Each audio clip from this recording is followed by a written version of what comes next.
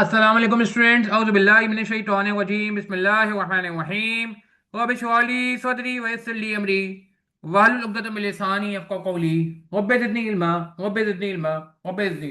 अच्छा जी, मेरा नाम सऊद तारिक और हम विंटर 2025 का जो पेपर है उसको सॉल्व करने जा रहे हैं। पहला क्वेश्चन जो है वो आज का एजेंडा है हमारा। अच्छा जी, अल्हम्दुलिल्लाह पिछले आप अगर देखेंगे तो काफ़ी सारी अटेम्प्ट्स के ऑलरेडी सोल्यूशन मैंने जो है वो यूट्यूब पे अपने चैनल पे डाल दिए। नॉन मोनेटाइज वीडियोज़ हैं, ऐड वगैरह नहीं आएंगे उसमें, मोनेटाइजेशन बंद की हुई है आपके आसानी के लिए। समर 25, विंटर 24, समर 24, ठीक है ना। इसके अलावा विंटर 23 के पहले समर 23, विंटर 22, समर 22 सब मौजूद है। अगर आप देखें 2022, 23, 24 और 25 का भी अभी दूसरा अटेम्प्ट भी हो जाएगा तो समझिए 8 अटेम्प्ट्स के सोल्यूशन हो जाएंगे। अब यही नहीं, मैंने प्लेलिस्ट भी बनाई हुई है, इनकी सबकी प्लेलिस्ट बनी हुई है 22, 23, 24, 25 की। और इसके अलावा जो है ना, ये मैंने अपने जो सोल्यूशन जो मैं कराता हूँ इनको मैं आई कैप के सॉफ्टवेयर पे सॉल्व करके उनके स्नैपशॉट सेव भी कर लेता हूँ। तो 2025 से लेके ऑनवर्ड ये मौजूद है। इनफैक्ट ये 2025 का भी आपको इंशाल्लाह कुछ टाइम में पीडीएफ नजर आ जाएगा। आप देखेंगे 25 से ऑनवर्ड जो है सब नजर आएगा। 24 आ गया and so on and so on. तो अगर आपको ये फाइल चाहिए थी, ठीक है, तो मुझे मैसेज कर दें, व्हाट्सअप कर दें, आपके पास मेरा व्हाट्सअप नंबर होगा। नहीं है तो नोट कर लें और मैं आपको फिर ये फाइल इंशाल्लाह भेज दूंगा 0321। ठीक है जी। चलें, जो लोग लाइव में हैं उनसे भी गुजारिश है और जो लोग रिकॉर्डिंग देख रहे हैं उनसे भी गुजारिश है। अल्हम्दुलिल्लाह काफ़ी सालों से मैं बीएफडी पढ़ा रहा हूँ और ये कि इसी तरह से मैंने बिल्कुल पिछले 2-4 साल, यानी कि 8वीं अटेम्प्ट है जिसमें पूरा प्लेलिस्ट बनाया जा रहा है। ठीक है, बाकी हमारे नॉर्मल लेक्चर्स जो हैं उसके अंदर 2001, 2, 8, 10, 15, 16, 18, 20, 21 जो भी रेलिवेंट क्वेश्चन है वो अल्हम्दुलिल्लाह कवर्ड है। प्रॉपर ऑर्गेनाइज मैनर में अटेम्प्ट की फॉर्म में जो है ये मैंने 2022 से ऑनवर्ड्स आपके लिए काम करना शुरू किया। ठीक है, ये नंबर आप मेरा नोट कर चुके होंगे। अच्छा, अब हम जरा आते हैं आई कैप सॉफ्टवेयर में सॉल्व करेंगे। 2025 का सवाल है जी, और 2025 विंटर का। समर 25 हमारे लिए बहुत लकी अटेम्प्ट थी। हमारे एक स्टूडेंट ने, उमेश कुमार ने, गोल्ड मेडल भी स्कोर किया था। अच्छा, ऐसा है कि ये आई कैप ने क्या किया है, जो अभी आई कैप का जो प्रैक्टिस टेस्ट अभी अवेलेबल है दिसंबर 25 के लिए, उसमें उन्होंने एक अच्छा काम ये किया। दिसंबर 25 जून 26 के लिए तो उन्होंने काम ये किया, दिसंबर 25 का पेपर डाल दिया है। तो ये दिसंबर 25 का ही पेपर का पहला सवाल है जो आपके स्क्रीन पे आ रहा है। अब हमारी मर्जी, हम पीडीएफ से देखें, हम यहाँ से देखें, ठीक है, हम यहीं से देख लेते हैं, काम करते हैं, ताकि अगर पेपर में खुदा ना खासा आज नहीं तो कल, कल नहीं तो परसों, जब भी आई कैप जो है फिजिकल पेपर ना देने की पॉलिसी अपना ले तो हमें प्रॉब्लम ना हो, हमें आता हो। ठीक है जी, सवाल स्टार्ट करेंगे। पहले रिक्वायरमेंट पढ़ते हैं। हमेशा हमारा रूल ये है, हम पहले रिक्वायरमेंट पढ़ते हैं और कोशिश ये होगी, चाहे ये सवाल हो या आगे क्वेश्चन नंबर 2, 3, 4, 5 जितने भी सवाल होंगे सोल्यूशन आप आगे देखेंगे, उनमें आपको एक बात नजर आएगी कि खाली सोल्यूशन नहीं कराया गया। सोल्यूशन तो सेस्टर सोल्यूशन में भी होता है, मगर ये है कि अप्रोच सबसे इंपॉर्टेंट, नंबर वन अप्रोच और रिवीजन, रिवीजन और इंपॉर्टेंट कॉन्सेप्ट, ये दो हमारे एजेंडे हैं। ठीक है जी, सोल्यूशन के बजाय हमारा फोकस अप्रोच पे होगा और इसके अलावा हमारा जो फोकस होगा वो ये होगा कि क्या कहते हैं, अल्लाह भला करे, पेपर में कैसे हम टाइम बचा के काम कर सकते हैं। और रिवीजन भी हमारा इसी बहाने हो जाएगा। रिक्वायरमेंट पहले पढ़ेंगे। Calculate the BRL R dollar NPV of the overseas investment using a suitable discounted and recommend whether the board should approve FDI। अब ये मुझे बताएं, रिक्वायरमेंट पढ़ के क्या लग रहा है, एनपीवी कैलकुलेट करनी है, मगर हमें अपनी करेंसी में नहीं करनी, ऐसा लग रहा है ओवरसीज इन्वेस्टमेंट की करनी है। तो इस टॉपिक का नाम पढ़ते ही हमें जहन में आ गया कि कौन सा टॉपिक आ रहा है जी हमारे जहन में। चैट के थ्रू पार्टिसिपेट करेंगे, जो लोग लाइव में हैं उनसे गुजारिश है चैट के थ्रू आप पार्टिसिपेट करें।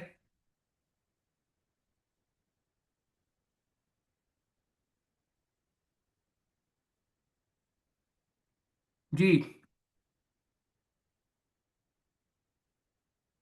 ठीक है। फॉरेन इन्वेस्टमेंट अप्रेजल बिल्कुल सही है, बिल्कुल सही।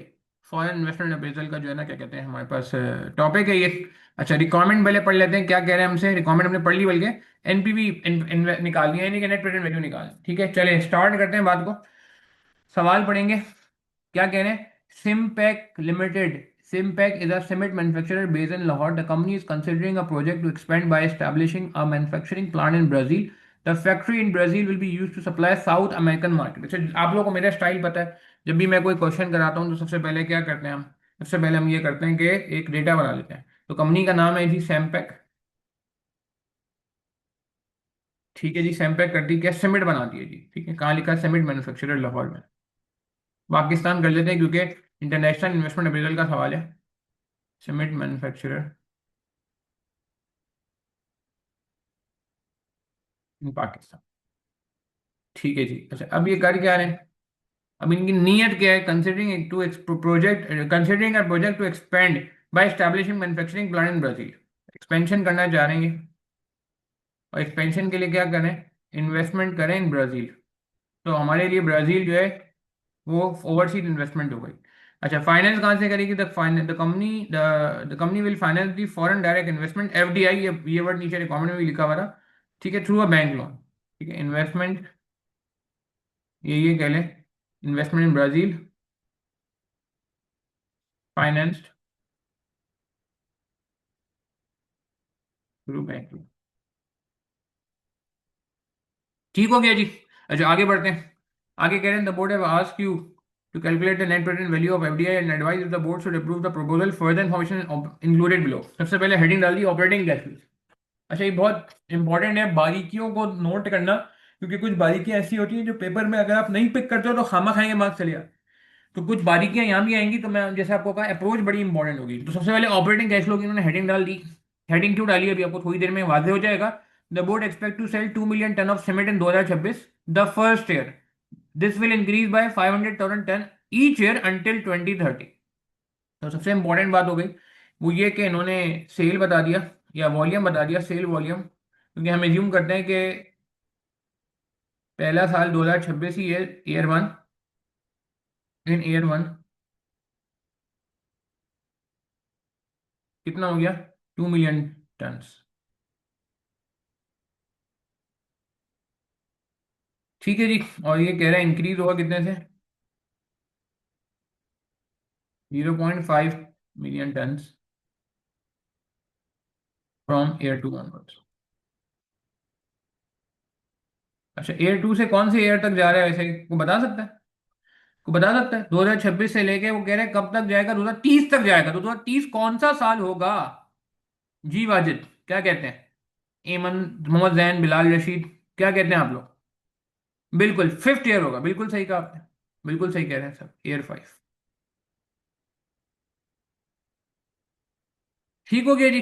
अच्छा, आगे बढ़ते हैं। आगे क्या कह रहे हैं? आगे कह रहे हैं कि the current price is per tonne is BRL 960, however this is expected to increase by 3% per year। मेरा फेवरेट सवाल, ये जो इन्फ्लेशन लगेगा 3%, ये ईयर वन से लगेगा या ईयर टू से लगेगा? मेरा इंपॉर्टेंट सवाल, फेवरेट सवाल, करंट सेलिंग प्राइस पे इन्फ्लेशन लगाना है, मगर कब से लगाना है? $960।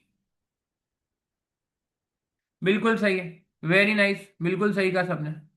सही कह रहे हैं बिलाल रशीद, सही कह रहे हैं वाजिद, सही कह रहे हैं मोहम्मद जैन।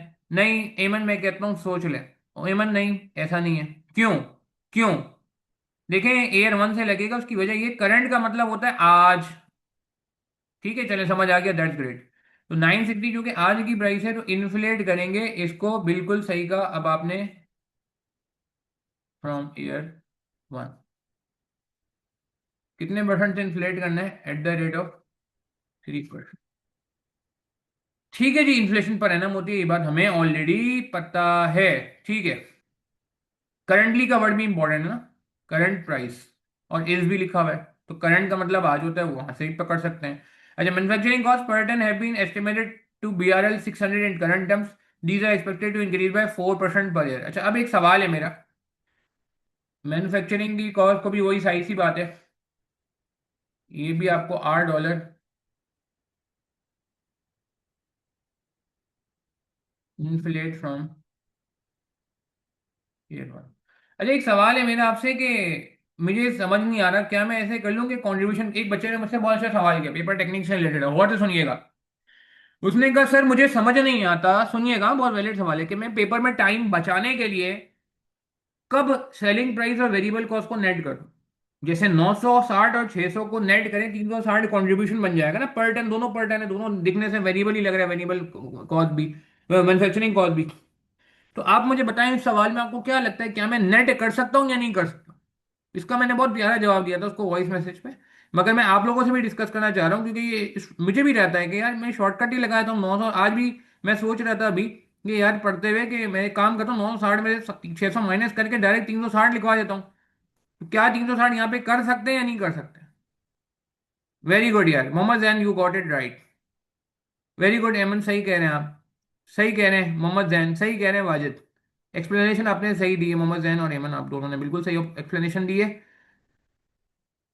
अच्छा, बिलाल रशीद, अभी तक जितना हमने पढ़ा है उसकी बेसिस पे बहुत आसानी से फैसला हो सकता है। बहुत सही कहा कि दोनों का इन्फ्लेशन रेट अलग अलग है ना। एक का इन्फ्लेशन रेट 3% है और एक का इन्फ्लेशन रेट 4% है, तो मैं कैसे नेट कर दूं? अगर दोनों का इन्फ्लेशन रेट सेम होता, दोनों एक ही रूट से चल रहे होते, दोनों एक ही रास्ते से चल रहे होते, तो फिर मैं नेट कर देता। अच्छा है ना, मुझे तो टाइम बचाना चाहिए ना पेपर में यार।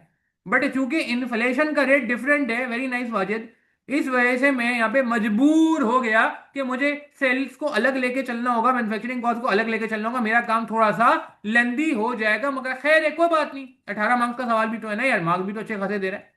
ठीक है जी। अच्छा आगे बढ़ते हैं। आगे कह रहे हैं these are expected to increase by, okay, in the first year distribution cost will be 15% of revenue and variable admin cost 8% of revenue. पहले साल में वो क्या कह रहे हैं? पहले साल में distribution cost in the first year, in the first year कितने परसेंट ऑफ रेवेन्यू है जी? ये 15% ऑफ रेवेन्यू।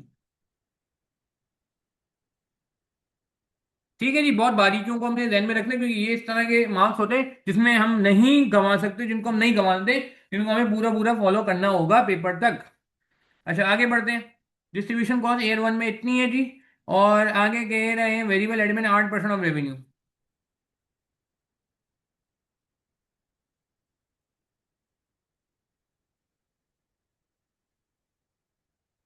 अच्छा अब यहाँ पे एक बारीकी और आएगी। बारीकी क्या है जी? वो कह रहा है कि Simpac expects this to be the case for future years in respect of distribution cost. However, variable admin costs are expected to increase by just 2% each year after 2026। Distribution के लिए तो क्या वो कह सकता हूं कि ये ऑलवेज बेस्ड ऑन रेवेन्यू है।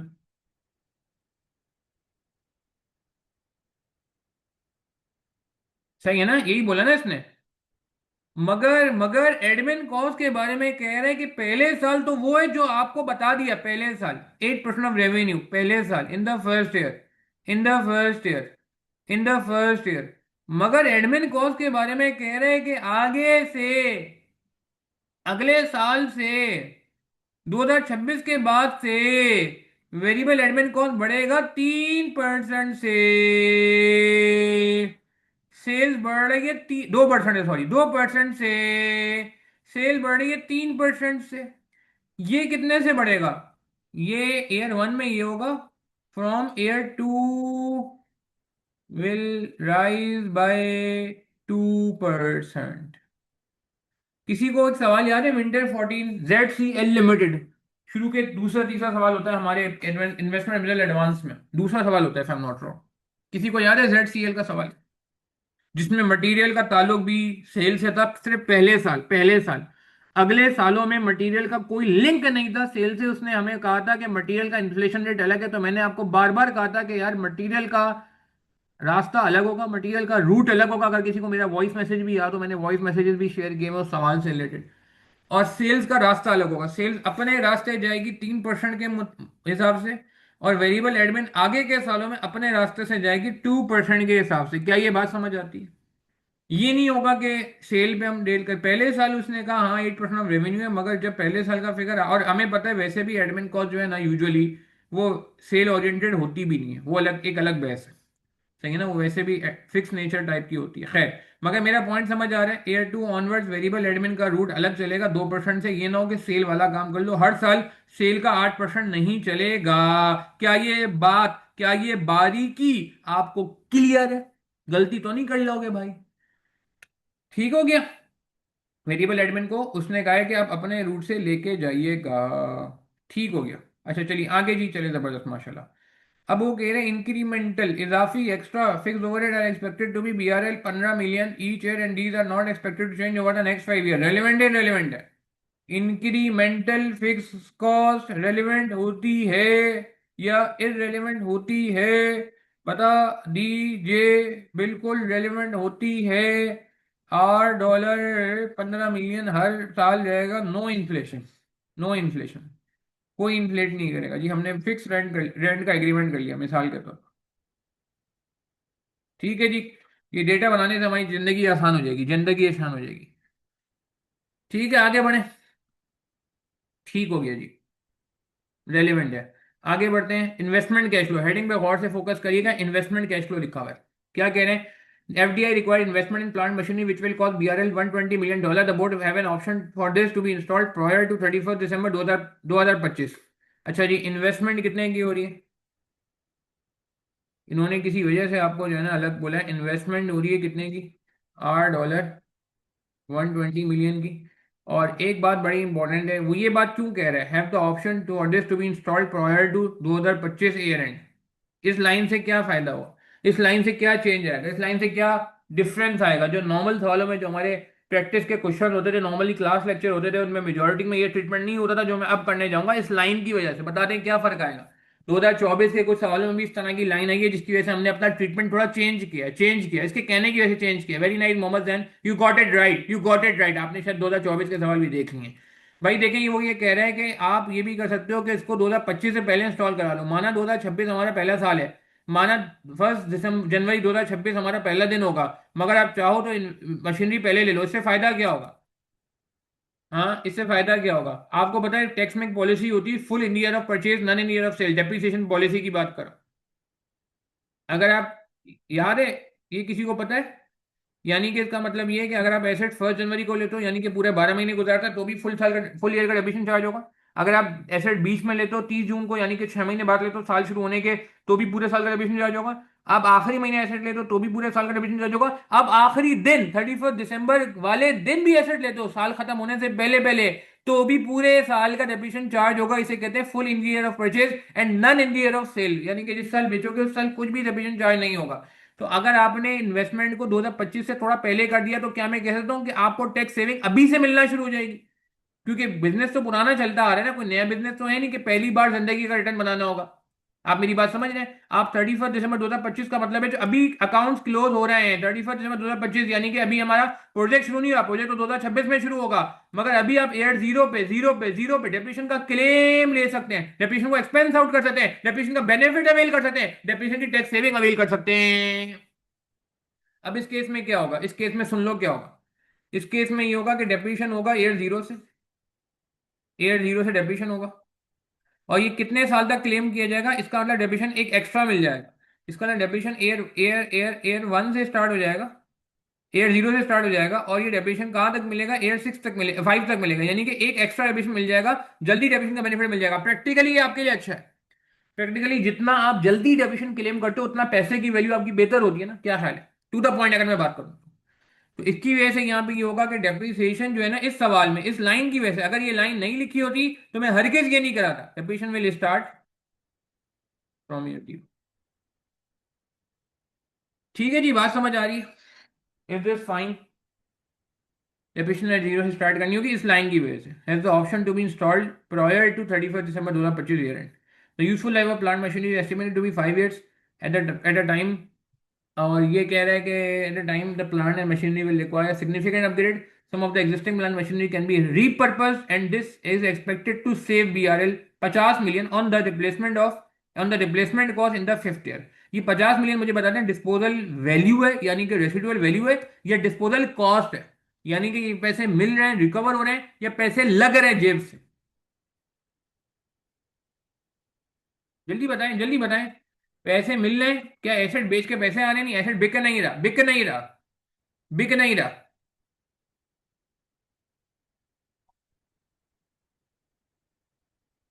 अगर ऑप्शन का वर्ड है, नहीं नहीं नहीं, देखें ऑप्शन का वर्ड लिखा हुआ है तो इसका मतलब हम कोशिश करते हैं, हम नियत, हम ये एज्यूम करते हैं कि जो हमारे फेवर में होगा ना, ऑप्शन का मतलब है हमारे पास इख्तियार है, तो हम अपने बेहतरी वाला ऑप्शन इख्तियार अवेल करेंगे। ये नॉर्मल एजम्पशन होती है बिलाल रशीद जी। मोहम्मद जैन, ये रेसिडुअल वैल्यू लग रही है या डिस्पोजल कॉस्ट लग रही है? दिखने से ऐसा लग रहा है एसेट बेचा नहीं है, मगर एसेट की वजह से आपकी ऑर्गेनाइजेशन में 50 मिलियन की सेविंग आ गई है, फायदा हो गया है, रिप्लेसमेंट कॉस्ट में आपकी सेविंग हो जाएगी। एग्री करते हैं? एग्री करते हैं? तो लाइफ 5 years है। रेसिडुअल वैल्यू जो कि एसेट बेच के नहीं आ रही, इस बार एसेट इस्तेमाल करके आ रही है, हमारी ऑर्गेनाइजेशन लेवल पे 50 मिलियन बचते नजर आ रहे हैं, वो हमें लिखना होगा। क्या ये बात समझ आती है? क्लियर है बात हमें भाई? ठीक है, आगे बिल्कुल सही कहा हमने, हनीफ आपने। अच्छा आगे बढ़ेंगे जी, आगे बढ़ेंगे।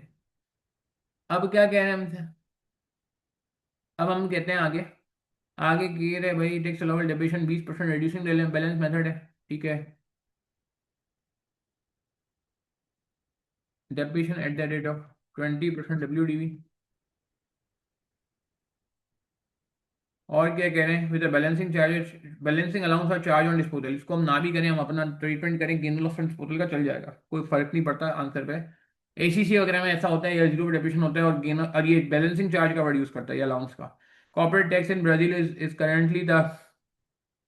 currently the same as Pakistan is 29%. FDI will also require investment in working capital equal to 15% of the following year revenue। Working capital कह रहा है भाई, ओ सॉरी टैक्स रेट कह रहा है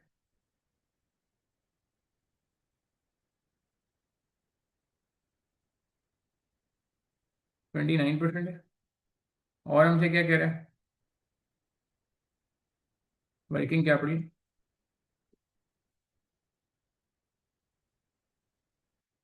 15% of following revenue, of following year revenue.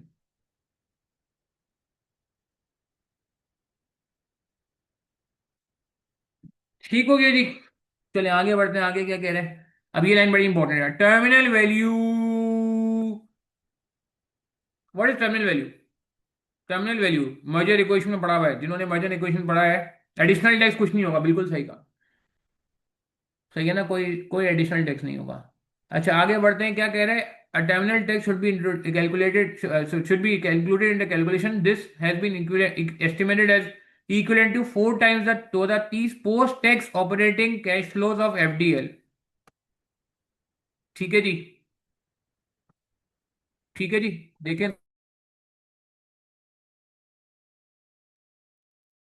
ठीक है जी। तो अब टर्मिनल वैल्यू का मतलब आपने नहीं बताया, present value of all future cash flows till infinity, present value of all future cash flows till infinity, सही है ना। तो क्या कह रहा था मैं आपसे, हाँ, तो टर्मिनल वैल्यू बता रहे हैं आपको, जिन्होंने मर्जर इक्वेशन पढ़ लिया उनको पता है ये बात। ईयर 5 तक तो इसने आपको कहानी बता दी है, ईयर 6 से लेके इन्फिनिटी।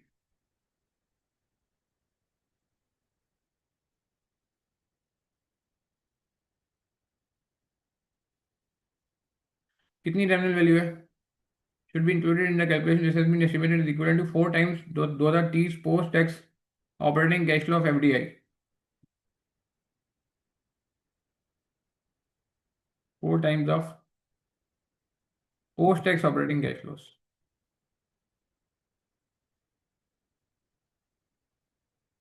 अच्छा ये वर्ड बड़ा इंपॉर्टेंट है, post tax operating cash flows, इस पे मैं बात करूंगा। ठीक है, इस पे मैं बात करूंगा। टर्मिनल वैल्यू क्या होती है, प्रेजेंट वैल्यू, नहीं वैल्यू, वैल्यू कहेंगे ना, year 6 to infinity, present value इसकी निकालनी पड़ेगी, इस पे मैं बात करता हूँ। ठीक है, ये एडजस्टमेंट इंपॉर्टेंट है, आगे चलते हैं। पूरा ही सॉल्व कॉल कराऊंगा सवाल, ऑब्वियसली बेफिक्र हैं। Simpec policies to appraise project over a 5 year period and the company weighted average cost of capital subject to adjustment for changes in business risk and country risk. अब ये बड़ी important adjustment है। Simpec cost of capital, Simpec is a privately owned company and does not have its own beta। The finance manager has provided you with the latest market information to assist in calculating suitable discount rate for FDI। अच्छा एक बात मुझे बता दें, हम वैक किसका use करते हैं, अपना यूज करते हैं होम कंट्री का, या फॉरेन कंट्री का वैक यूज करते हैं, इस पर ही बहुत बात हो चुकी है। कॉस्ट ऑफ कैपिटल यूज करते हैं, डिस्काउंट रेट यूज करते हैं, मुझे जवाब दे दीजिए हम किसका यूज करते हैं, अपना या पराया, अपना या पराया। और लॉजिक क्या है, नहीं फारूक गलत कह रहे हैं, बिलाल हसीब सही कह रहे हैं, बाकी लोग बताएं, मोहम्मद जैन भी सही कह रहे हैं, और लोग बताएं, शाबाश शाबाश, बाकी लोग इतने सारे अभी भी लाइव में मौजूद हैं। क्या लगता है हम किसका वैक यूज करते हैं, अपना वैक यूज करते हैं या पराया वैक यूज करते हैं।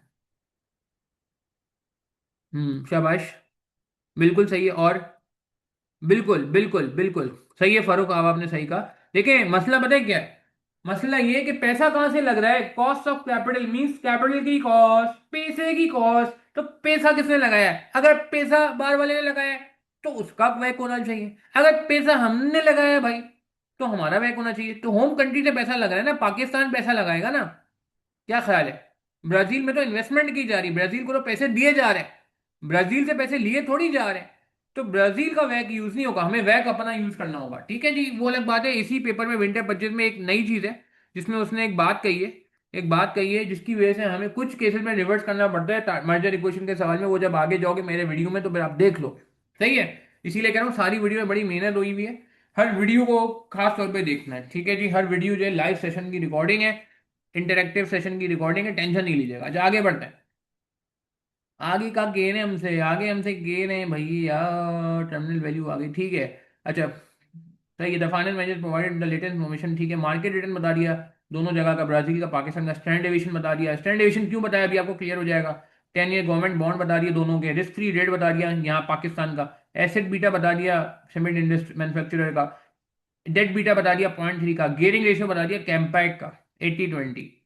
अच्छा बिल्कुल, सीआरपी के लिए वेरी नाइस, मोहम्मद जैन और बिलाल रशीद ने कमेंट में बताना शुरू कर दिया है। सीआरपी कंट्री रिस्क प्रीमियम के नाम की एक चीज होती है जिसकी वजह से ये सारे काम हमें करने पड़ेंगे। अच्छा एक बात मुझे बता दें बड़ी इंपॉर्टेंट है, वो ये कि debt upon debt plus equity है। 20 डेट है तो इक्विटी 100 है या इक्विटी 80 है।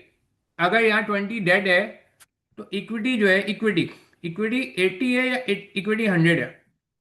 इक्विटी 100 भी हो सकता है और 80 भी हो सकता है, मगर यहाँ क्या है, यहाँ साफ साफ लिखा हुआ है, साफ साफ लिखा हुआ है debt upon debt plus equity. यानी कि जो बेस है वो खाली इक्विटी नहीं है, वो खाली इक्विटी नहीं है, वो डेट प्लस इक्विटी है। इसका मतलब debt plus equity is a base which is 100, और 100 में से 20 डेट माइनस करो तो इक्विटी 80 आएगा। बहुत सही बात की बिलाल रशीद ने, मोहम्मद जैन ने, एमन ने, बिल्कुल सही बात की, बिल्कुल सही बात की। और किसने कमेंट दिया था ये, सही है, क्लियर है बात हमें, इज दिस फाइन। ठीक है जी, सीआरपी के लिए हमें ये सारे काम करने होंगे। वैक के लिए, तो वैक के लिए मैं आपके लिए एक आसान कर लेता हूँ बात को। तो वैक के लिए आपको होता है क्या क्या चाहिए होता है। वैक के लिए आपको क्या क्या चाहिए होता है, ई चाहिए होता है, डी चाहिए होता है, के डी वन माइनस टी चाहिए होता है, और के ई चाहिए होता है। तो फिर वैक आ जाता है। ऐसा ही है। तो मुझे बता दे जो क्या क्या पता है हमें।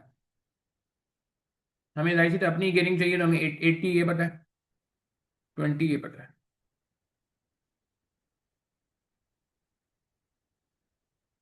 के डी वन माइनस टी पता है नहीं, डेट बीटा पता है। तो डेट बीटा से आ जाएगा के डी वन माइनस टी। अरे बाबा डेट बीटा से आ जाएगा के D one minus T, note करो, याद करो। हाँ जी, वो ये आगे भी फॉर्मूला यूज होगा आई थिंक मर्जर इक्वेशन में, ये कहीं फॉर्मूला क्या होता है अगर डेट बीटा होता है ना तो फिर। अच्छा के डी वन माइनस टी आता है आईआरआर से, याद है ना, आईआरआर से आता है, पूरा स्ट्रक्चर बनता है। मगर यहाँ पे आईआरआर निकालने के लिए ना लाइफ बताई हुई है बॉन्ड की, ना कूपन रेट बताया हुआ है, ना मार्केट रेट बताया हुआ है। अरे भाई वो तो दूर की बात है, अमाउंट भी नहीं बताया हुआ है, सिर्फ परसेंटेज रेशियो बताया हुआ है गेयरिंग डेट का। डेट का तो खाली रेशियो बता दिया है, ये भी बताने की जहमत नहीं कि कितने रुपए का डेट है, क्या पार वैल्यू है, क्या रिडेम्पशन वैल्यू है। तो उस हालात में मैं रिडेम्पशन वाले रिडीमल वाले तरीके से आईआरआर के through KD one one S T नहीं निकाल सकता। आज मुझे केडी निकालने के लिए फॉर्मूला लगाना पड़ेगा जो कि सीएपीएम वाला फॉर्मूला है। केडी का सीएपीएम वाला फॉर्मूला का है, बीटा वाला फॉर्मूला, बहुत ही आसान है। R F plus beta debt, R M minus R F. मैं वापस कह रहा हूं आपसे कि केडी के लिए हमें आई आर आर की जरूरत पेश आती है, मगर मसला ये है कि हमारे पास रिडेम्पशन का डेटा नहीं है, अमाउंट भी नहीं है, कूपन डेट भी नहीं है। तो अब मैं क्या करूंगा, मैं केडी निकालूंगा सी ए पी एम से। ठीक है जी। तो what is R F, 4.3, risk free rate is 4.3। ठीक है जी, plus what is beta rate 0.3, R M what is market rate, this is 14.6, minus risk free rate. ठीक है जी, are we clear till this point. ये exam में मुश्किल था पिक करना एमन, क्योंकि ये पेपर में ज्यादा कॉमन नहीं है। मगर इस पेपर में ये एप्लीकेशन 2 बार आई है, एक बार नहीं आई, 2 बार आई है।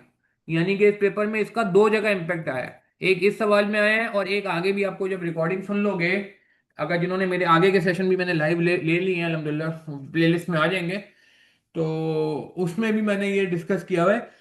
ये आया हुआ है आई थिंक मर्जर इक्विजिशन के सवाल के साथ।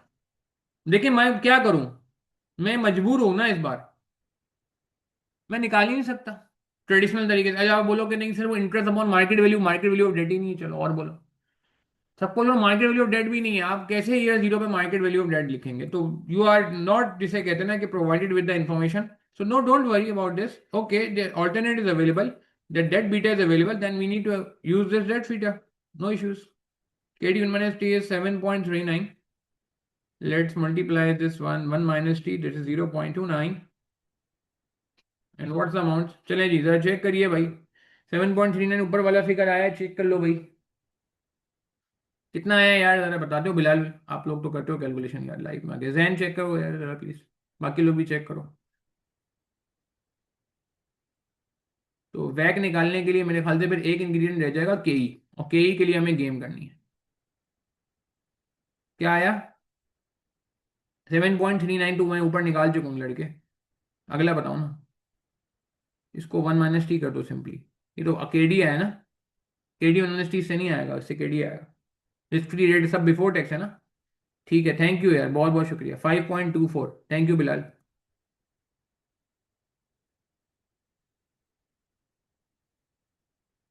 5.24, थैंक यू मोहम्मद जैन। बाकी लोग भी यार जरा जो लोग लाइव में ट्राई करें। अच्छा, अब क्या रहेगा कहीं निकालने के लिए?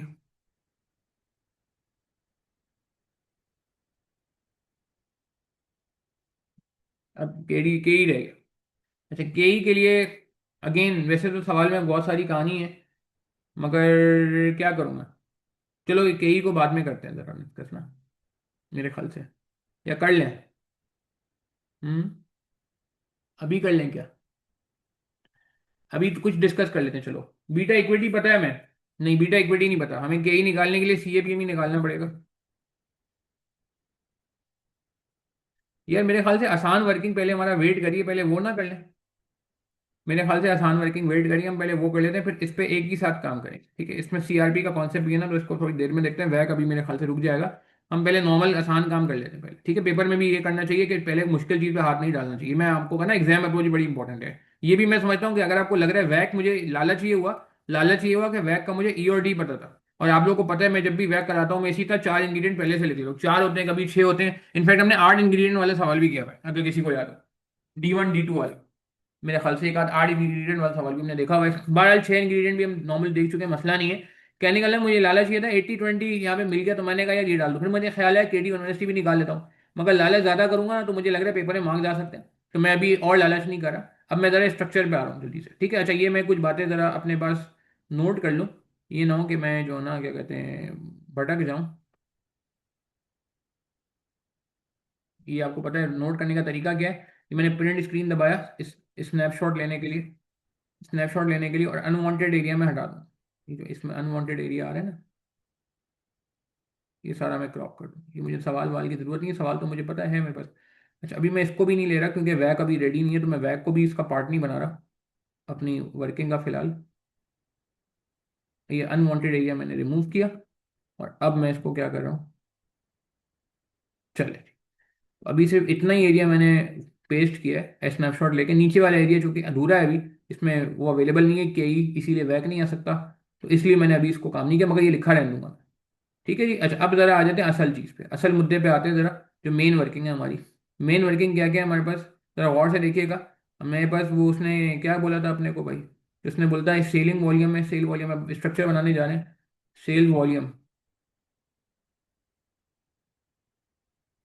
तो सेल वॉल्यूम ईयर 1 से स्टार्ट होगा, कितना? 2 मिलियन टन। अच्छा अब क्या करें, मिलियन में लिखें या 1000 कॉमन ले लें, क्या करें?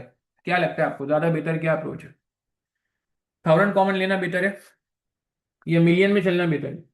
जैसे आप बोले वैसे कर लेंगे, मिलियन में भी चल सकते हैं वैसे, अगर आपको मिलियन मुनासिब लग रहा है, वरना ये भी कर सकते हैं हम 1000 कॉमन ले लें। एक्चुअल फिगर पे मेरे ख्याल से करना मुझे लग रहा है थोड़ा रिस्की होगा। मिलियन कॉमन नहीं लें, 1000 कॉमन लें? हम्म, ये मिलियन कॉमन लेके देख लें। बोलो, जैसे बोलो।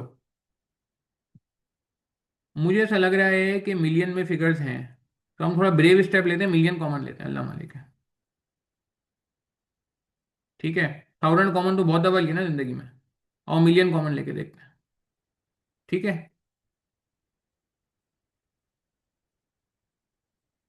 चलो जी। ये अगर बुरा लग रहा है, तुम लोगों को लग रहा है यार ये समझ ही नहीं आएगा, मिक्सअप हो जाएगा, तो मैं 1000 भी कॉमन ले सकता हूँ। हम्म। कॉपी किया। चलो अब तो मैंने मिलियन कॉमन ले लिया। ठीक है। चलो जल्दी बोलो, जो मेजोरिटी बोलेगी, मेजोरिटी ने क्या बोला वैसे अभी तक? 1000 कॉमन बोला। चलो 1000 कॉमन ले लेते हैं आज। ये इतना बड़ा, अच्छा अब मैं एक और चीज बताता हूँ। ये जानबूझ के मैंने डिस्कशन किया इतना ज्यादा। भाई पेपर में इससे कोई फर्क नहीं पड़ता, कोई मार्क्स नहीं कटते, आपको जो अच्छा लगे ना वो कर लो। आपको मिलियन कॉमन लेना है मिलियन कॉमन लो, 1000 कॉमन लेना है 1000 कॉमन लो, और आप कहते हो नहीं यार मैं तो कोई भी कॉमन नहीं लेता, मैं तो भाई सादा आदमी हूँ, मैं तो पूरा लिखूंगा। पूरा लिख लो भाई, पूरा लिख लो। ठीक है। मगर ये ना हो कि यहाँ पूरा लिखो फिर बाद में 0.5 ऐड करो। आप नहीं, ऐसा नहीं करना, ऐसा नहीं करना। ठीक है। खैर मैंने मिलियन कॉमन ले लिया है, मगर बहरहाल आपको 1000 कॉमन लेना हो तो कोई बात नहीं, आप फिर यहाँ पे 2000 कर लोगे, और यहाँ आपका 2500 हो जाएगा। ठीक है। वो फिर एक अलग बात है। अच्छा मिलियन कॉमन ले लिया, सेलिंग प्राइस कितनी है? सेलिंग प्राइस हम हमारी 960 थी ना, तो पहले साल कितनी हो जाएगी? 960 इंटू 1.03 की पावर वन, पहले साल से इंफ्लेट हो जाएगा ना। सही है। और ये पेस्ट हो गया। अब आप देखो मैंने फॉर्मूले में ना ये इसको इसको ये जो ऊपर एयर्स लिखे थे, इसको फॉर्मूले का पार्ट बना लिया, खुद ही पावर 2 लग गई। सही है। खुद ही पावर 3 लग गई। आप मेरी बात समझ रहे हो?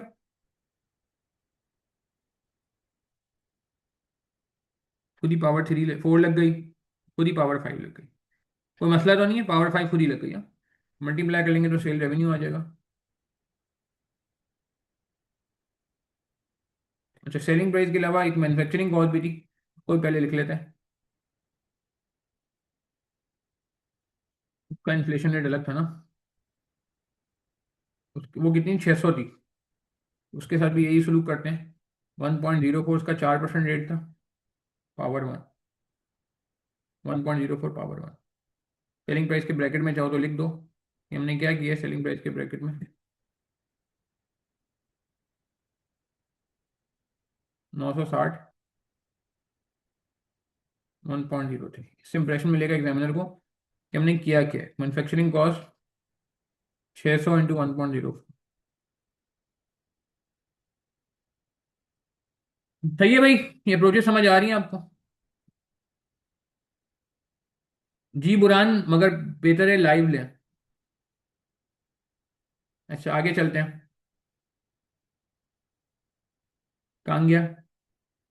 ये बातें मैंने ऊपर लिखी हुई हैं, अब बार बार सवाल लिखने की जरूरत नहीं है, ये बनाए इसीलिए कि पूरे पेज का सवाल अब देखने की जरूरत नहीं है हमने। चलो अब आ जाओ जरा कैश फ्लोज पे।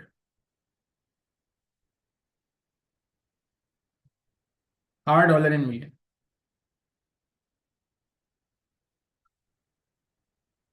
ठीक है जी। Air zero, 1 2 3 4 5। पहले रेवेन्यू निकाल लेते हैं।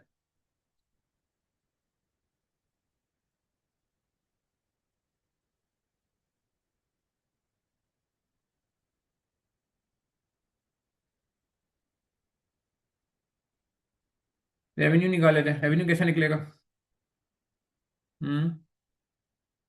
सेल्स वॉल्यूम को आप ए बोल दो, इसको बी बोल दो, इसको सी बोल दो।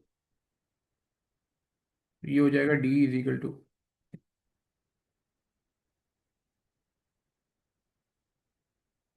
ए इंटू बी। ठीक है जी। ये की बना दिया हमने समझाने के लिए। इतना तो एग्जामिनर समझदार होगा ना यार, हमें ज्यूम कर रहे हैं। सही ना, ये हमने की बना दी। क्या करें जी? A into B। ठीक है जी, क्लियर है बात हमें? Is is fine? प्रॉब्लम तो नहीं है? आसान है, इसमें से लेस कर दो क्या मैन्युफैक्चरिंग कॉस्ट?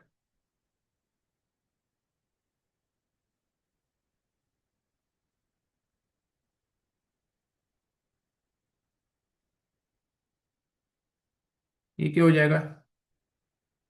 ये हो जाएगी B A into C। ठीक है ना, A into C। A into C का मतलब है दिस। अब हमें इन्फ्लेशन वगैरह कोई टेंशन की जरूरत, अच्छा माइनस में लगाना पड़ेगा ना यार।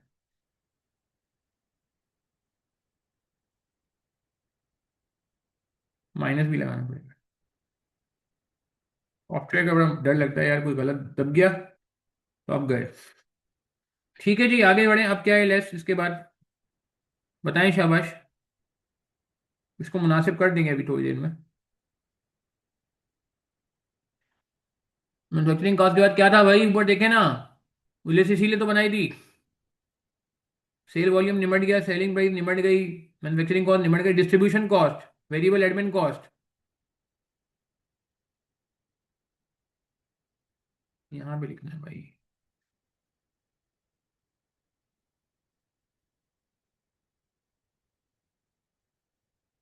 ठीक है जी, कितने परसेंट है जी रेवेन्यू का? डी का कितने परसेंट है जी? रेवेन्यू का 15% है, वो आगे यही रहेगा।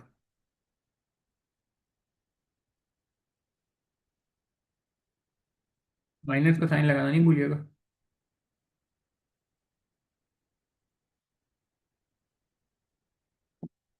ठीक है जी।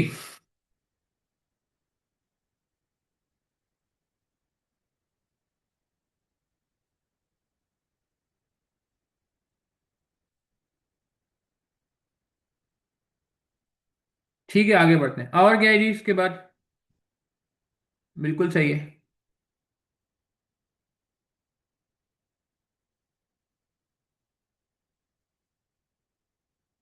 ये कॉलर मैंने कराया हुआ है। ये इस पेपर में दो चीज़ें ऐसी हैं बुरान। वैसे तो बुरान आपके पास मेरा नंबर होगा, मैंने सेशन के शुरू में लिखा था, मैं वापस लिख देता हूँ। आप मुझे पर्सनली इस पर मैसेज कर देना, जो इंडिविजुअल क्वेरी होगी वो भी लाइव सेशन में तो मुश्किल है क्योंकि अभी सवाल पे फोकस है हमारा। ठीक है। मगर ये कि इस पे मैं बात कर चुका हूँ और मैं बता भी देता हूँ आपको, ये इस पेपर में ना दो चीज़ें ऐसी हैं जिसकी वजह से मैं समझता हूँ कि जो बच्चा कवरेज करके जाएगा उसी की जीत होती है BFD जैसे पेपर में। एक इस सवाल में क्वेश्चन नंबर 5 में चीज़ आई थी कॉलर, ये जब मैं क्वेश्चन 5 का 5 कह रहा हूँ, क्वेश्चन नंबर 3 में चीज़ आई थी कॉलर। ये जब क्वेश्चन नंबर 3 की रिकॉर्डिंग आप देखोगे ना, मैं प्लेलिस्ट में यूट्यूब में प्लेलिस्ट बना दूंगा इसकी, तो आपको नजर आएगा ये जो क्या कहते हैं कॉलर। कॉलर था ना, कॉलर। ये कॉलर अल्लाह का शुक्र है हमारे अपने लेक्चर में आज नहीं सालों से कवर होता आ रहा है। इसी चीज़ के क्वेश्चन मैं इसीलिए क्लास में करा देता हूँ ताकि आपको पेपर में प्रॉब्लम ना हो। तो अल्लाह का शुक्र है कि ये ऑलरेडी कवर्ड था, इसीलिए जब पेपर में आया ये और जो लोग पढ़ के गए थे उनको प्रॉब्लम नहीं हुई।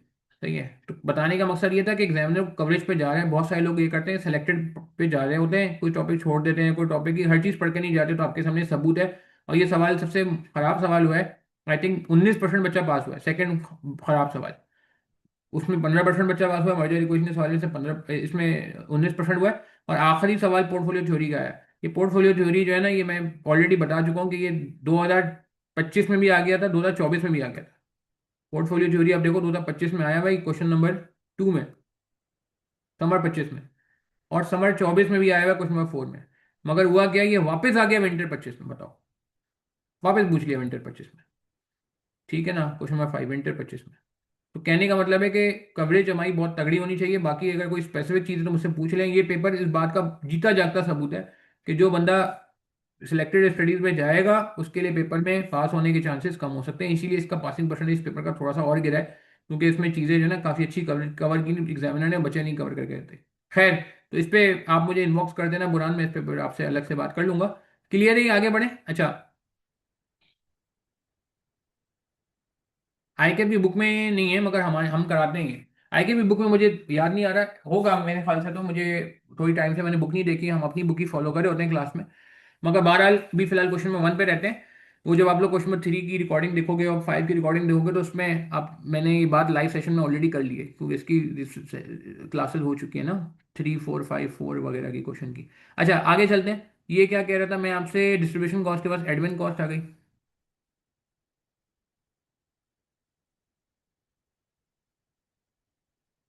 एडमिन कॉस्ट के बारे में भाई गेम सुन लें। पहले साल उसने कहा था कि आपका ये 8% ऑफ रेवेन्यू होगा, 1977.6 इंटू 0.08, और आगे के सालों में ये 1.02 से बढ़ेगा। मैंने अभी से इंप्रेशन दे दिया 1.02 का, ताकि आपको प्रॉब्लम ना हो कि भाई आगे के सालों में ये ना हो कि आप कुछ गड़बड़ कर दें। सही है ना। थोड़ा सा यहाँ पे ये छुपेगा, की वजह ये कि मुझे इसको भी मैनेज करना है। माइनस का साइन जरूर लगाइएगा। पहले साल का फिगर आ गया 158.21। ठीक है, बात समझ आ रही है, 158.21। अब अगले सालों में ये 158.21 ही है जो इन्फ्लेट होगा। ये नहीं होगा कि वापस सेल्स का परसेंटेज लगाएंगे। देख लें बाकी जगहों में मैं सेल पे बेस करा रहा हूँ। अगर आप फॉर्मूले को देखें तो F2 नहीं दब रहा, क्लिक कर करके देखना पड़ रहा है। मगर आप यहाँ देखें, यहाँ ऐसा नहीं किया जा रहा। यहाँ पे हर पिछले फिगर पे 2% का इन्फ्लेशन लगाया जा रहा है। ऐसे ही लगता है ना इन्फ्लेशन। हर पिछले फिगर पे हम क्या करते हैं, मल्टीप्लाई कर लेते हैं ताकि अगला फिगर आ जाए। तो एडमिन कॉस्ट आ गई। अब क्या रह गया, जल्दी जल्दी बता दें प्लीज यार, टाइम कम है, मुकाबला सख्त है। एडमिन कॉस्ट के बाद क्या आ जाएगा, फिक्स कॉस्ट आ जाएगी मेरे ख्याल से। अभी टैक्स नहीं लिखना चाहिए हमें। फिक्स ओवर एडिशनल है, इजाफी है, एक्स्ट्रा है, इंक्रीमेंटल है, रेलेवेंट है, 15 उसने कहा फिक्स रहेंगे। अच्छा, और डेप्रिसिएशन का भी हम यहाँ पे अलग ट्रीटमेंट कर सकते हैं, मगर मैं कहूँगा डेप्रिसिएशन का यूनिफॉर्म ट्रीटमेंट रखें। डेप्रिसिएशन कितना है जी, 20% है ना। डेप्रिसिएशन का शॉर्टकट याद है ना भाई, ईयर जीरो से होगा डेप्रिसिएशन। हाँ, 120 इंटू 0.2, 20% है ना ये रहा। 120 की इन्वेस्टमेंट है, 20% डेप्रिसिएशन है, 24। मगर अगले साल का डेप्रिसिएशन कैसे निकलता था, शॉर्टकट याद आ रहा है। अगर 20% डेप्रिसिएशन का रेट है तो इसका मतलब ये हुआ, डब्ल्यूडीवी का मतलब है कि कॉस्ट माइनस एक्यूरेट डेबिशन। जो डेबिशन ऑलरेडी हो चुका है, 20% हो चुका है, उसको हटा के जो रिमेनिंग 80% है उस पर डेबिशन लगेगा। तो शॉर्टकट क्या है इसका, शॉर्टकट क्या है, वेरी नाइस, बिल्कुल सही है। मल्टीप्लाई कर दीजिए 0.8 से, 1 minus depreciation rate, 1 minus depreciation rate, इसको क्या करें जी, इसको आप मल्टीप्लाई कर दीजिए 0.8 से, वापस मल्टीप्लाई कर दीजिए 0.8 से, 20% अप्रिशिएट हो जाता है तो 80% बच जाता है, बच जाता है। तो जो 80% बच जाता है उस पे वापिस से लेबिशन लगा दें। तो लंबे तरीके से करना है, आपकी मर्जी है यार। ये शॉर्टकट मैं ऑलरेडी बता चुका हूँ काफी सेशंस में, इसलिए हम फिलहाल इसी पे जा रहे हैं। रेपिशन आ गया। अब इसके बाद क्या करते थे, गेन और लॉस ऑन डिस्पोजल निकालते थे।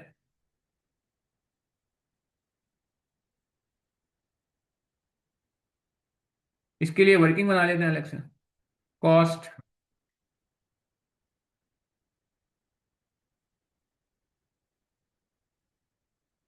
120, एक्यूमुलेट डेप्रिसिएशन, सम कर लें सबका। डेप्रिसिएशन एक एक्स्ट्रा हो गई। हाँ बिल्कुल हो गई, 6 डेप्रिसिएशन आ रही है, क्योंकि अलाउ है, कोई मसला नहीं है। अलाउ है, कोई मसला नहीं है, क्योंकि वो हमें एडवांटेज मिल गया ना 8 0 पे डेप्रिसिएशन डालने का। और स्क्रैप वैल्यू, रेसिडुअल वैल्यू कितनी है,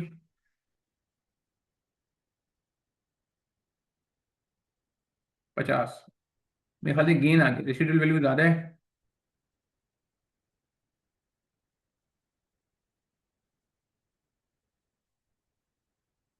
ठीक है जी, बात समझ आ रही है।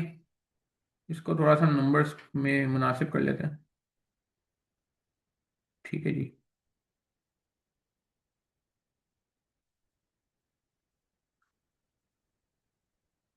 इनको भी मुनासिब कर लेते हैं थोड़ा सा। गेन कितना आ गया, इसको मुनासिब करने का तरीका क्या है, तो नंबर फॉर्म में लिया है।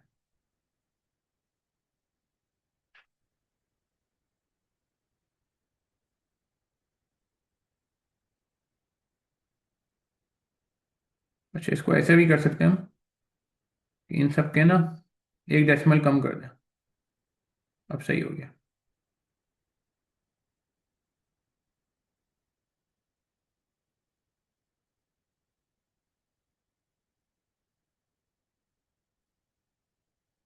चलो,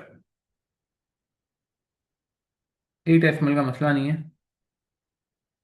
अरे भाई, ऊपर एड को हम वो कर सकते हैं।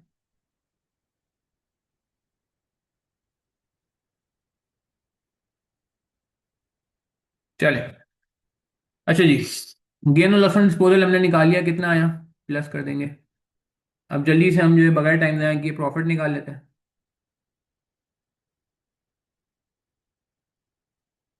प्रॉफिट आ जाएगा या लॉस?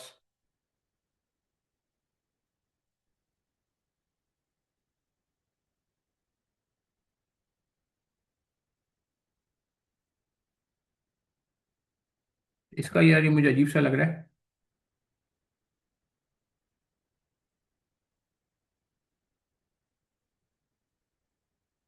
इसका हमने डेसिमल हटा दिया। अच्छा, प्रॉफिट निकालने कैसे निकलेगा, सम कर लें।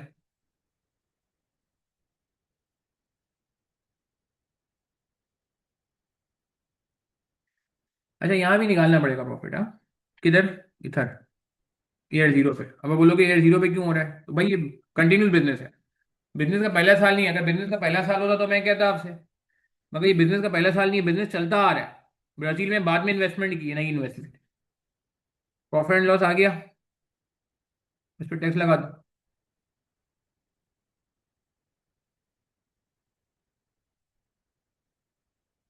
29%।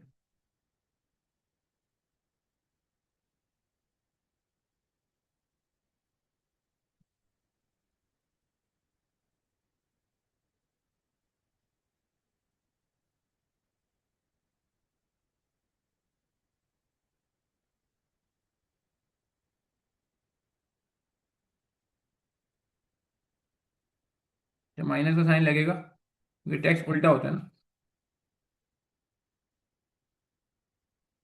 और जैसे ही टैक्स आता है फौरन बगैर टाइम जाए किए क्या कहते थे, फौरन फौरन डेप्रिसिएशन एड बैक कर दिया करते थे।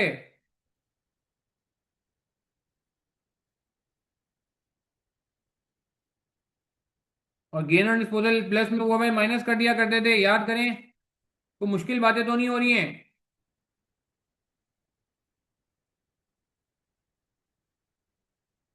ठीक है ना?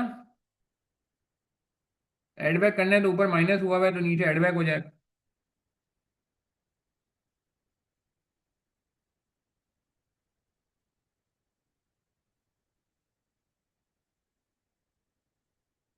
चलिए जी, अब क्या करेंगे?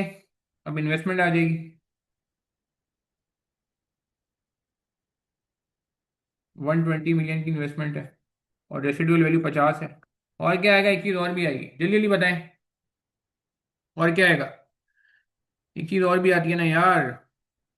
टैक्स रेट ब्राजील का यूज किया है, बिल्कुल दोनों का सेम टैक्स रेट है, ये लिखा हुआ। Corporation tax rate is currently the same as Pakistan, that is 29। बहुत अच्छी बात की आपने, वरना ब्राजील का होता तो ब्राजील का यूज करते। वेरी नाइस अली अशफाक, बहुत अच्छा पॉइंट आपने रेज किया। ब्राजील का फिलहाल यहाँ बोला हुआ दिया हुआ नहीं है अलग से, वो बोला पाकिस्तान वाला ही है। बट अगर अलग होता तो ब्राजील का लगता, क्योंकि पैसे हमने ब्राजील में कमाए थे यार। वर्किंग कैपिटल, बहुत सही जवाब आ रहा है मेरे पास।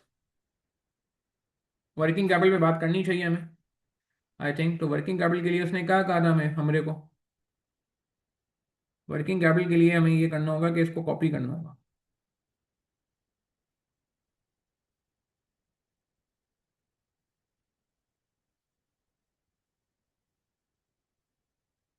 वर्किंग कैपिटल के लिए कॉपी करना होगा यार, ये फिगर्स कॉपी नहीं करने थे।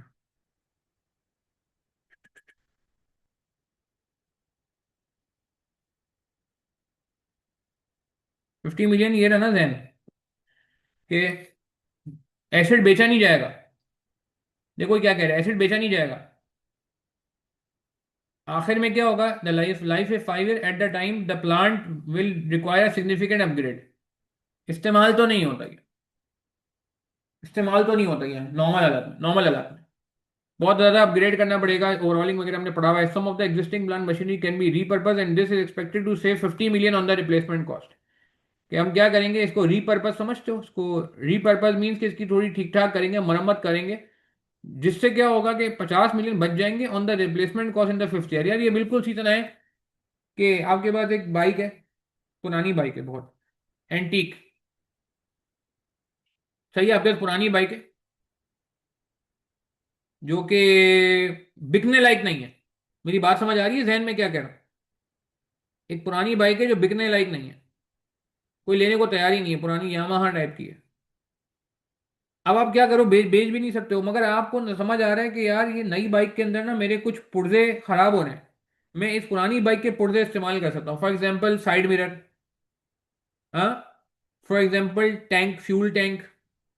कोई सेकेंड हैंड बाइक आपने खरीदी, सेकेंड हैंड बाइक, उसमें क्या किया आपने, देखा यार उस पर कुछ काम है मगर उसके जो पार्ट्स हैं मैं इस बाइक से निकाल लेता हूँ। आपने कहा यार इसका मड गार्ड बड़ा जबरदस्त था, इसकी सीट बड़ी जबरदस्त है, पुरानी सीट है मगर बहुत जबरदस्त मजबूत सीट है, इसकी मेटल बॉडी बहुत अच्छी थी, तो इसका फ्यूल टैंक बहुत अच्छा है। तो अब आपने उस बाइक में से क्या किया, सामान निकालने शुरू किए। अब एंड में पता चला कि यार ये बाइक से तो 10-15 हज़ार का सामान निकल आया मेरे पास। तो क्या मैं ऐसे कह सकता हूँ कि आपका जो जो नई बाइक होगी उसके समझो 15 हज़ार रुपये जो आपको मेंटेनेंस के खर्च करने थे वो बच गए उस पार्ट्स की वजह से। तो ऐसी कहानी यहाँ पे हो रही है कि हमारी सेविंग आ रही है, सेविंग के वर्ड को आप हाईलाइट कर लो। कितने मिलियन की सेविंग आ रही है, 50 मिलियन की सेविंग आ रही है ऑन द रिप्लेसमेंट कॉस्ट। यानी कि जो मैं नया एसेट लूंगा अब उसके लिए मुझे 50 मिलियन कम देने पड़ेंगे, क्योंकि मेरा जो पुराना प्लांट है उसका कुछ अंचर पंचर मैंने निकाल लिया, उसको रीपर्पज कर लिया, उसमें से कुछ चीजें इस्तेमाल कर ली। क्या ख्याल है? तो एक तरह से रेसिडुअल वैल्यू है ना, हम रटा नहीं लगा रहे कि रेसिडुअल वैल्यू हमेशा पैसे बेच के जो आता है, एसेट बेच के पैसा आता है वो है। नहीं भाई, बेनिफिट की शक्ल तो कुछ भी हो सकती है। कॉस्ट का बचना भी तो बेनिफिट होता है, क्या ख्याल है? पैसों का बचना भी तो बेनिफिट होता है। तो यहां भी पैसे बच रहे हैं, सेव हो रहे हैं।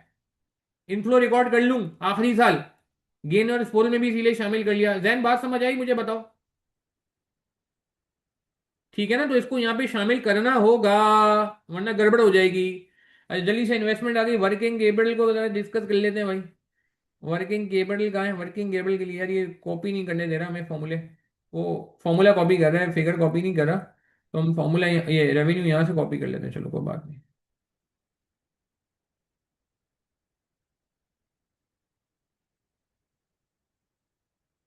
ऑल्ट OCA, जो लोग एक्सेल यूज करते हैं उनको पता है, एक नेमत होती है जो यहाँ पे अवेल नहीं हो सकती, खैर।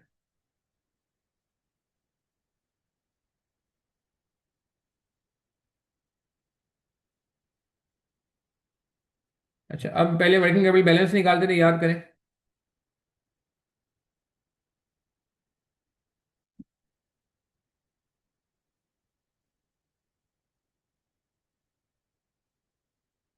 ईयर जीरो से स्टार्ट करना होगा। अगले साल की सेल का, अच्छा यार ये लिखने की जरूरत नहीं है अब। अगले साल की सेल का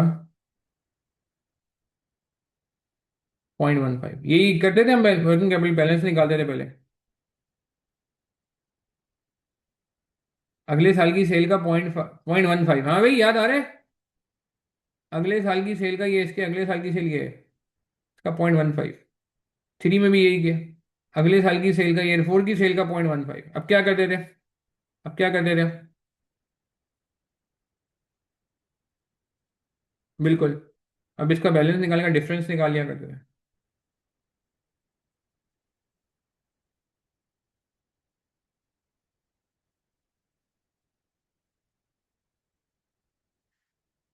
कैश फ्लो निकाल लिया करते थे, ऐसा ही है ना?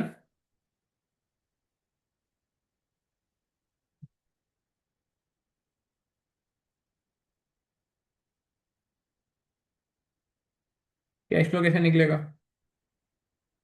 ये तो ऐसे ही आ जाएगा माइनस, डिफरेंस, दोनों का डिफरेंस।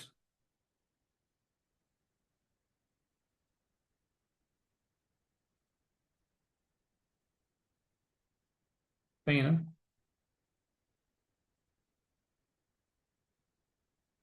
और ईयर फाइव में रिकवरी आ जाती थी। तो वर्किंग कैपिटल के लिए,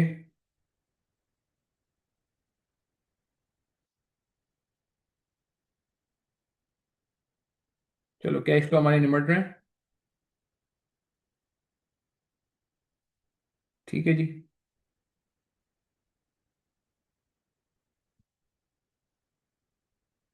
और आखिरी साल क्या होता है, जितना पैसा लगा होता है सब रिकवर हो जाता है।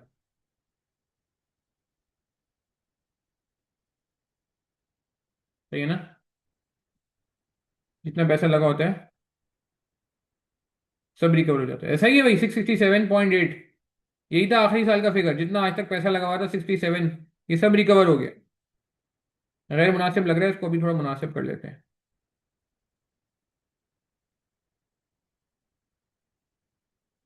ठीक है ना?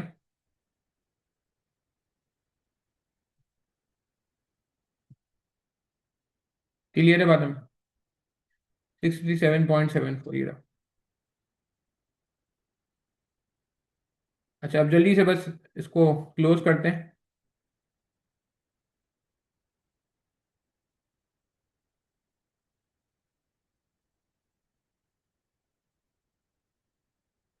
ठीक है जी, इसको हमने मुनासिब कर दिया। नेट कैश फ्लोज आ गए।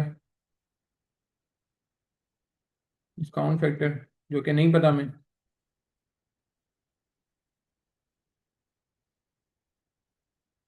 फिर प्रेजेंट वैल्यू आ जाएगी। टर्मिनल वैल्यू का भी देखते हैं, टेंशन नहीं लें। यहाँ तक क्लियर है बात में? Is this fine? कोई सवाल है? मुश्किल तो नहीं है भाई यहाँ तक? इस सवाल का पासिंग परसेंटेज अच्छा था।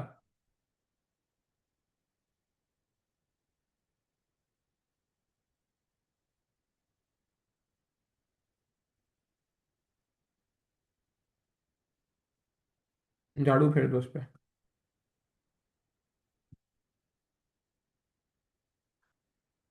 सम लगा दें इस पे।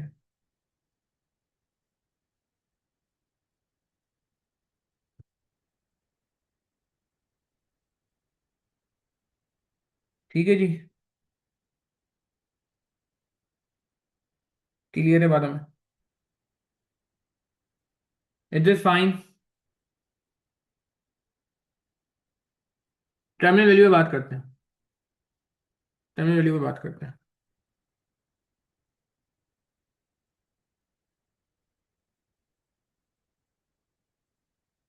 एनपीवी आ जाएगी 1 से 5 की।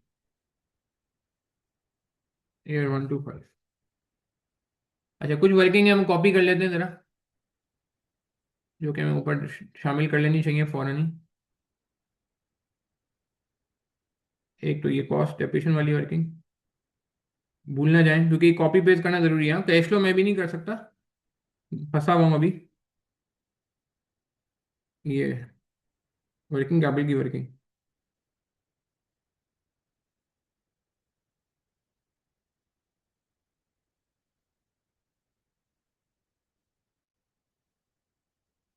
Working capital.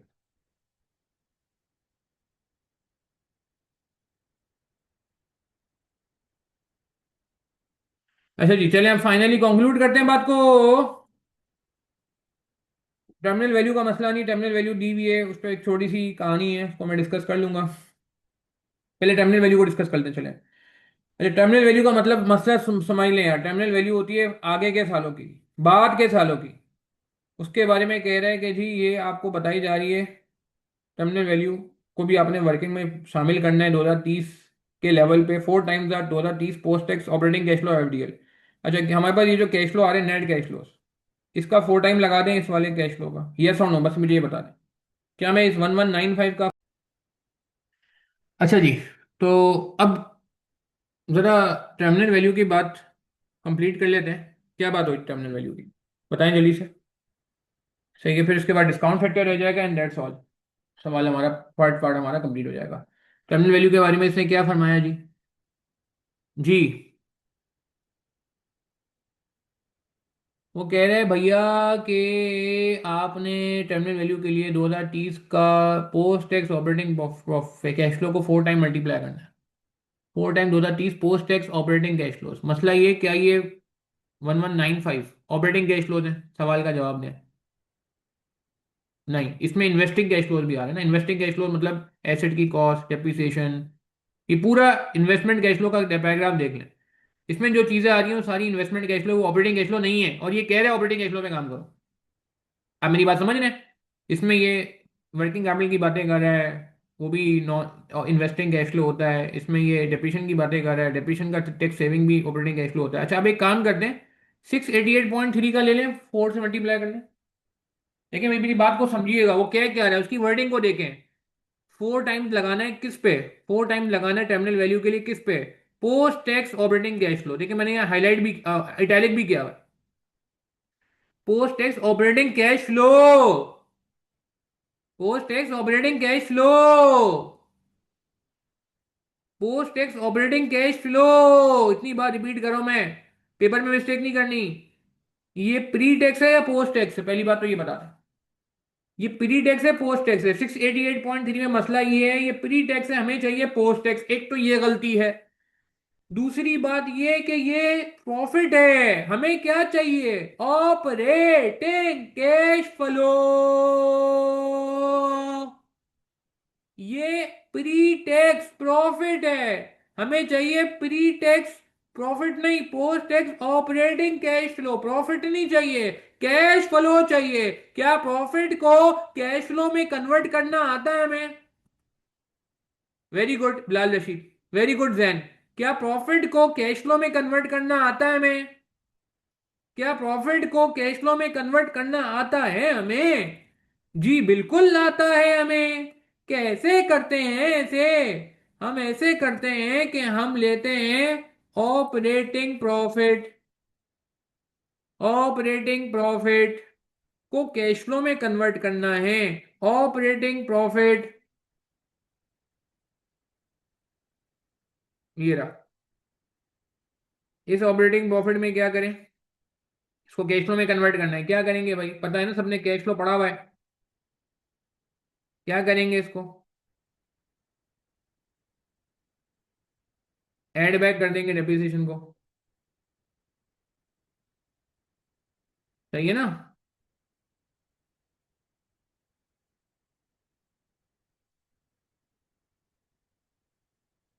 Depreciation add back कर दें।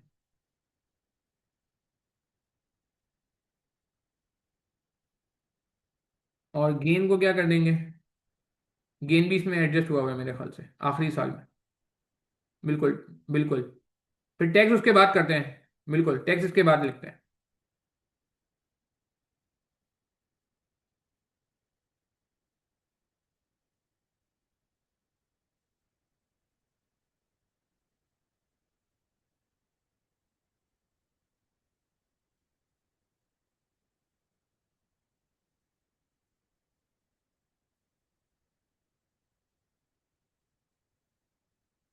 ये आ गया ऑपरेटिंग कैश फ्लो।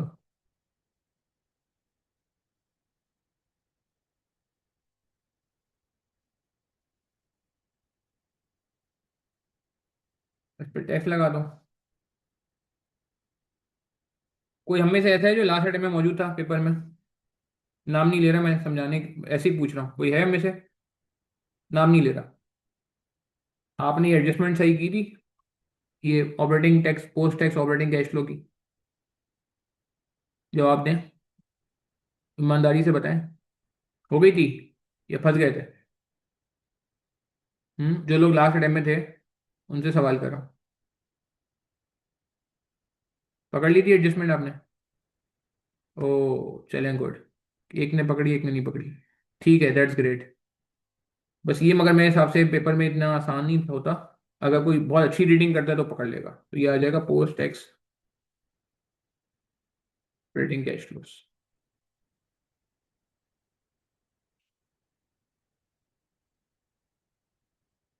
इसको फिर क्या करना था? इसको फिर आपने क्या कहते हैं, अल्लाह भला करे, 4 से मल्टीप्लाई कर। मल्टीप्लाई विथ, तो फिर टर्मिनल वैल्यू आ जाएगी। अब टर्मिनल वैल्यू पे वापस टैक्स वैक्स लगाने की जरूरत नहीं है, क्योंकि ऑलरेडी आप देख रहे हैं कि टैक्स वैक्स लग गया है इसमें। और उसने खुद भी कहा टर्मिनल वैल्यू का मतलब वैसे भी ये होता है फाइनल फिगर। टर्मिनल वैल्यू कब से कब तक की होती है? टर्मिनल वैल्यू ये आती है। अच्छा, टर्मिनल वैल्यू कौन से साल पे आती है? हाँ, वो याद आ रहा है किसी को? P naught equal D one upon K minus G. P naught is equal to D one upon K minus G. P two होता है तो डी थ्री होता है। पी फोर होता है तो डी फाइव होता है। डी थ्री होता है तो पी टू होता है। ये टर्मिनल वैल्यू कौन से कैश फ्लोज को वो कर रहा है? Very good very good very good. जबरदस्त, बहुत प्यारी बात की। जो लोग जवाब दे रहे हैं बहुत अच्छी बात कर रहे हैं, बिल्कुल सही है। Very nice, year 6 to infinity है ये। इसका मतलब है इसमें कैश फ्लोज कब से शामिल है, 6 से इन्फिनिटी के कैश फ्लो शामिल है। ऐसा ही है ना, 5 तक के तुमने ऊपर प्लॉट कर लिए ना। अगर ये 6 टू इन्फिनिटी के कैश फ्लोज हैं तो ईमानदारी से बताएं, ईमानदारी से बताएं कि टर्मिनल वैल्यू ईयर 6 पे आई है या ईयर 5 पे आई है। ये ईयर 6 पे आई है या ईयर 5 पे आई है, बस ये बता दें। ये ईयर 5 पे आई है, ईयर 6 पे आई है, चैट के थ्रू बता दें, बस टाइप कर दें 5 या 6। इसमें 5 साल के बाद के कैश फ्लोज हैं, इसमें 5 साल के बाद के कैश फ्लोज हैं। तो ये जो वैल्यू आएगी ये ईयर 5 पे आएगी। बिल्कुल सही कहा श्वेता ने, सही कहा यमन ने, वेरी नाइस। और बाकी लोग भी बताएं। वेरी गुड, बिल्कुल सही है, ये ईयर 5 पे आएगी, जो कि इसमें छठे साल का कैश फ्लो शामिल है। तो ये फिगर आएगी ईयर 5 पे। याद आ रहा है, P4 तो D5, D6 तो P5। तो इसको क्या करना पड़ेगा, इसको हमें डिस्काउंट करना पड़ेगा, इसकी प्रेजेंट वैल्यू निकालनी पड़ेगी। एग्री करते हैं, एग्री करते हैं, इसकी प्रेजेंट वैल्यू निकालनी पड़ेगी। सही है ना, इसकी प्रेजेंट वैल्यू निकालनी पड़ेगी, 5 ईयर डिस्काउंट करना पड़ेगा। चलिए खैर, वो हम देख लेते हैं। अच्छा, लास्ट इसमें बहुत इंपॉर्टेंट पॉइंट है, वो है वैग का। ठीक है, ये हमने सब, अच्छा ये सब चीज़ें अधूरी हैं अभी, क्योंकि डिस्काउंट फैक्टर नहीं है ना, तो मैं इसको डिस्काउंटिंग नहीं कर सकता। मेरा पूरा कैश फ्लो बन गया है वैसे तो, मगर आपको पता है ये कैश फ्लो अधूरा है इसलिए क्योंकि डिस्काउंट फैक्टर नहीं है। इसका डिस्काउंट फैक्टर चलो मैं 1 लिख देता हूँ मगर कहने का मतलब है कि इसके अलावा मेरे पास अभी कोई भी इंफॉर्मेशन अवेलेबल नहीं है। सही है ना, मैं डिस्काउंट फैक्टर डालूंगा तो मेरा काम हो जाएगा आसानी से। ठीक है, अब अब जल्दी से डिस्काउंट फैक्टर पे आ जाए। डिस्काउंट फैक्टर में, हाँ सही है, लास्ट ईयर कैश फ्लोज को जैन हमने, लास्ट ईयर कैश फ्लोज के आगे की चीज है ना, लास्ट ईयर कैश फ्लोज तो हमने प्लॉट कर दिया ना, इसका मतलब लास्ट ईयर कैश फ्लोज में शामिल नहीं होगा, ये उसके बाद का होगा। ठीक है ना, पोर्ट, ठीक है, लास्ट ईयर के कैश फ्लो से हमने निकल के चीजों को निकाला, लास्ट ईयर के कैश फ्लो को बेस बनाया। मगर ये बात ध्यान में रहे कि लास्ट ईयर का cash flow already present value में शामिल हो जाएगा, डुप्लीकेट नहीं होना चाहिए। ये नहीं कह सकते कि यहां भी शामिल है और टर्मिनल वैल्यू में शामिल नहीं। Terminal value is the present value from year 6 to infinity. ठीक है ना, नॉट फ्रॉम ईयर 5 ना। तो हमें पता है कि अगर D5 होता है तो P4 होता है, जो पेरेंट वैल्यू निकलती है वो एक साल पहले की निकलती है, वो स्टार्ट पे निकलती है, वो बिगिनिंग पे निकलती है। तो beginning of year 6 is year 5। Beginning of year 6, मेरी बात समझ आ रही है देन, बिगिनिंग ऑफ ईयर 6, मेरी बात को गौर से समझो। एंड ऑफ ईयर 6 नहीं, beginning of year 6। Beginning of year 6 means year 5। 5 साल में तो काम हुआ है ऑलरेडी। खैर, अच्छा, अब जल्दी से डिस्काउंट फैक्टर पे आते हैं यार, क्या रह गया था, के ही रह गया था। ओके, अच्छा के ई के लिए मैं बीटा चाहिए और इसमें ऐड करना होगा सीआरपी। अच्छा एक चीज मैं क्लियर कर दूं, सीआरपी का फॉर्मूला यार ये ना दो अलग अलग लिखे हुए हैं। जो आई कैप की स्टडी टेक्स्ट में फॉर्मूला लिखा हुआ है वो ये है। सही है ना, सही है, अंदर सीआरपी है, यानी कि बीटा मल्टीप्लाई होता है सीआरपी से भी, ये बीटा इक्विटी होता है, ये आपको पता है। ठीक है, मगर मसला ये, अगर लास्ट में कैश फ्लो लिखा होता तो फिर डायरेक्ट लगा देना, फिर तो मसला ही था। फिर तो जैन फिर ये ऑपरेटिंग कैश फ्लो की कहानी करने की जरूरत ही नहीं थी ना, फिर बारीकी में जाने की जरूरत ही नहीं। फिर लास्ट का कैश फ्लो आपके ऑलरेडी मौजूद है ना, ये था जो था ना, कितना था लास्ट का कैश फ्लो मेरे ख्याल से, ये रहा लास्ट का कैश फ्लो 1195.8। फिर इस पे लगा लेते हैं नेट कैश फ्लो पे, सिंपल सिंपल। अगर वो कहता, वर्डिंग बड़ी इंपॉर्टेंट है, रीडिंग बड़ी इंपॉर्टेंट है। अच्छा अभी जरा यार इस मुद्दे पे आने रह ना जाए ये मुद्दा। देखो प्लीज यार ये बात समझो, आई कैप के जो स्टडी डेस्क है उसमें ये है, मगर आई कैप की जो फॉर्मूला शीट है जो 1 से पहले बैक करोगे तो आ जाएगी। इसमें प्रॉब्लम ये है कि इसमें जो फॉर्मूला है ना सीआरपी का, सर्च करने का ऑप्शन है यहाँ से, सीआरपी सर्च कर लेते हैं। 3 जगह आ रहा है, एक इंडेक्स में आ रहा है, ये आ रहा है, ये अंदर नहीं है फॉर्मूला, बाहर है, देख रहे हैं आप, ये देखें, ये ये देखें सीआरपी बाहर है, बाहर है। तो जब आईकैप का फॉर्मूला बुक में जो फॉर्मूला लिखा हुआ है, इस पे अभी आईकैप से क्लैरिफिकेशन भी ली गई है। ये भी कहा गया आईकैप को कि भाई कर क्या रहे हैं आप। तो आईकैप ने कहा कि भाई जो फॉर्मूला शीट में चीज आ रही है आप उसको फाइनल समझेंगे, क्योंकि हम एज्यूम करते हैं कि बच्चा ये इसको फॉलो कर रहा है। तो जो स्टडी टेक्स्ट में उन्होंने कहा आगे जाके हो सकता है इसको स्ट्रीमलाइन कर दिया जाए, मगर अभी फिलहाल आपने इसको फॉलो करना है। अच्छा मजे की बात ये, आईकैप की जो स्टडी टेक्स्ट आई से उसके लिए केस स्टडी के लिए आई, क्योंकि मैं केस स्टडी का पेपर भी पढ़ाता हूँ। केस स्टडी के लिए भी जो आईकैप ने स्टडी टेक्स्ट रिलीज की उसमें भी गड़बड़ है। उसमें भी गड़बड़ ये है कि फॉर्मूला सीआरपी का जो है ना, उसमें ये है कि सीआरपी अंदर लिखा हुआ है, यहाँ लिखा हुआ है। उसमें भी यही है, बीएफडी के स्टडी टेक्स्ट में भी यही है, बीएफडी की इलस्ट्रेशन डाली हुई है उन्होंने एक किताब में, उसमें भी यही है कि सीआरपी अंदर लिखा हुआ है। मगर यहाँ फॉर्मूला शीट में बाहर है, गूगल वगैरह पे आप देखेंगे तो गूगल भी यही फॉर्मूला दिखाता है वैसे वैसे। मगर बहरहाल चूंकि आईकेएप ने पहले बोला था कि सीआरपी अंदर आता है, तो आपको कुछ पीछे के सवालों में इस तरह का एडजस्टमेंट नजर आएगा, मगर अभी फिलहाल आप इसको सिंपल कर लें, आसान कर लें, बहुत बड़ा फर्क नहीं आएगा आंसर में, मगर कॉन्सेप्चुअली आपको बात पता होनी चाहिए कि आपने सीआरपी को बाहर ही रखना है। एज्यूम करना है कि सीआरपी जो है एक अलग चीज है, कंट्री रिस्क प्रीमियम, उसका बीटा से कोई ताल्लुक नहीं, बीटा हमारा लोकल होगा और सीआरपी इंटरनेशनल होगा। सीआरपी जो कि आपने देखा है कंट्री रिस्क प्रीमियम उस कंट्री का होता है, तो आप इसको बाहर ही रखें, ठीक है, छोटी सी बात है मगर पेपर के लिए बहुत इंपॉर्टेंट है, पेपर के लिए बहुत इंपॉर्टेंट, ठीक है जी। चलें वापस आते हैं,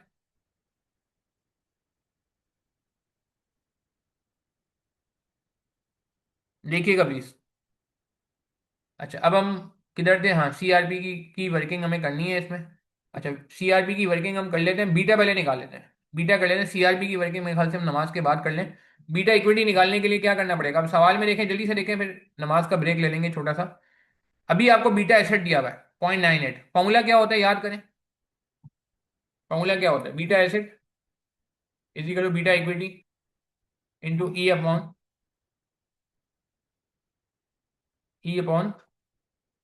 ई प्लस डी 1 - टी, ठीक है ना, ये फॉर्मूला होता है।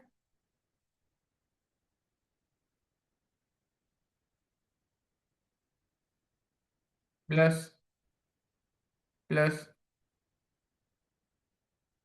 बीटा डेट, नहीं प्लस D1 - टी, हाँ plus beta debt into D1 - T,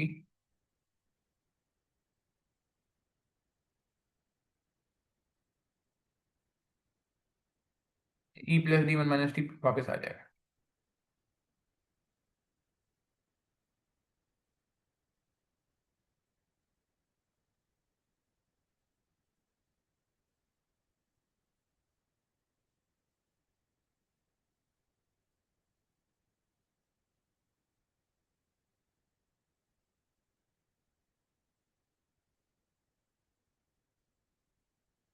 हाँ जी, ये फॉर्मूला याद आ रहा है किसी को, लंबा फॉर्मूला, बड़ा फॉर्मूला, हाँ अनगियर रीगियर बिल्कुल कहानी है।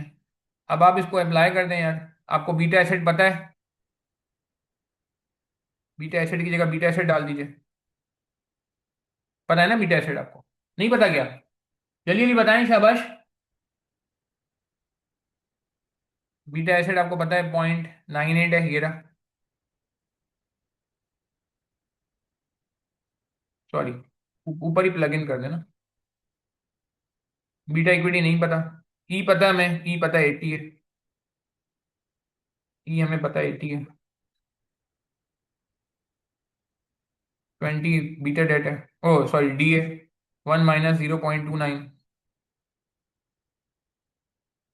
ठीक है जी। प्लस बीटा डेट हमें पता है, बीटा डेट कितना है हमारा 0.3 इंटू D1 - टी,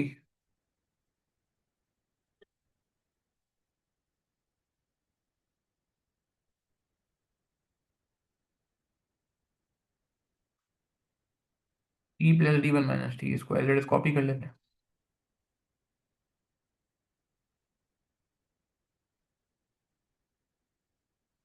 ठीक है जी, बात समझ आ रही है, तो आप निकाल लेंगे बीटा इक्विटी, कैलकुलेट करें, अगर कैलकुलेटर चलाएं, कैलकुलेटर चलाएं, जरूरी नहीं है, एक्सेल की जरूरत नहीं है यहाँ पे, जहाँ एक्सेल की जरूरत नहीं है वहाँ एक्सेल खामा खामे फंसाए नहीं अपने आप को एक्सेल में।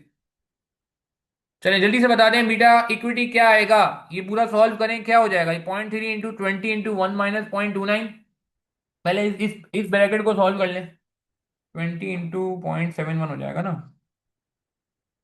14.2 प्लस 80 कर दिया, 14.2, 14.2 divide by answer, 0.98 minus answer into, नहीं डिवाइड बाय 80, देखें थोड़ा मैथमेटिक्स का इस्तेमाल है, मैं भी कैलकुलेटर चला रहा हूँ, चलें जी, आया, 0.3 से मल्टीप्लाई करना नहीं भूलिएगा, 1.0983, नहीं जैन, आप चेक करो वापस से, बिलाल राशिद सही लग रहा है आपका, 1.098। 1.1 ही कर दो यार। ठीक है जी। क्लियर है यहाँ तक बात हमें? Is this fine? अच्छा, अब सीआरपी रह गया, सीआरपी निकलेगा। अच्छा, आई कैप के बुक में फॉर्मूला शीट में ये नहीं है। आई कैप की फॉर्मूला शीट में सीआरपी बाहर है। यानी कि हमारे सब इंग्रेडिएंट मौजूद है, आर एफ भी मौजूद है, risk free rate, market rate भी मौजूद है, बीटा भी नया निकाल लिया हमने। अब सिर्फ सीआरपी रह गया। तो सीआरपी का फॉर्मूला क्या था भाई? सीआरपी का फॉर्मूला बड़ा खतरनाक सा है। ठीक है, और हम वो अप्लाई कर सकते हैं। अच्छा, एक काम करते हैं, सीआरपी के लिए मैं आपको थोड़ा टाइम देता हूँ, नमाज ब्रेक भी हो जाएगा इसी बहाने। ये सीआरपी का फॉर्मूला है, आई डोंट नो कॉपी होता है यहाँ से?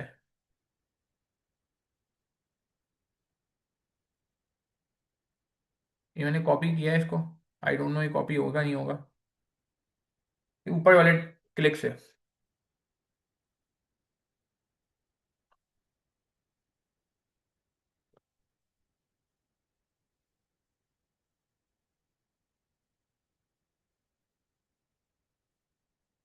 कॉपी करके इसने थोड़ा लटका दिया है मुझे। खैर, अच्छा जल्दी से इसको देखें प्लीज। चलें, आ गया ये, देखते हैं कॉपी पेस्ट हो रहा है नहीं हो रहा। नहीं हो रहा भाई कॉपी पेस्ट, क्या बात है इसकी। अच्छा जी, सीआरपी को हम एक काम करते हैं, ब्रेक के बाद देखेंगे, नमाज का ब्रेक कर लेते हैं, आप लोग जाइएगा नहीं प्लीज। ठीक है, नमाज का ब्रेक लेते हैं 20-25 मिनट्स का। और फिर सीआरपी कर लेते हैं, उसका एक बी पार्ट थ्योरी का है, वो भी देख लेंगे इंशाल्लाह। ठीक है, चलें, यहाँ तक किसी का कोई सवाल है तो पूछ ले। बाकी हम नमाज का ब्रेक लेते हैं और फिर इसको यहीं से कंटिन्यू करते हैं, यहीं से कंटिन्यू करते हैं। ठीक है, सिर्फ सीआरपी रह गया, और डिस्काउंट फैक्टर आ जाएगा, वैक आ जाएगा, वैक के सारे इंग्रीडियंट मौजूद हैं, डिस्काउंटिंग हो जाएगी, और बी पार्ट की थ्योरी है, बस दैट्स। अस्सलाम स्टूडेंट्स, अब्दुल बिलाहि मिनश शैतानिर रजीम, बिस्मिल्लाहिर्रहमानिर्रहीम, वबिशरह ली सदरी वयस्सिर ली अमरी वाहलुल उक़दतम मिन लिसानी यफ़क़हू क़ौली वबिज़िदनी इल्मा वबिज़िदनी इल्मा वबिज़िदनी इल्मा। अच्छा जी, जल्दी से सीआरपी को देख लेते हैं, बस इसको एंड करेंगे यार, सवाल को काफ़ी इसमें टाइम हमारा लगा दिया है हमने। बस सीआरपी आएगा, डिस्काउंट फैक्टर आ जाएगा, एंड दैट्स ऑल। सीआरपी के लिए फॉर्मूला हमने देखा था, ठीक है जी, फॉर्मूला शीट में। तो सोवरेन यील्ड स्प्रेड एक चीज़ होती है।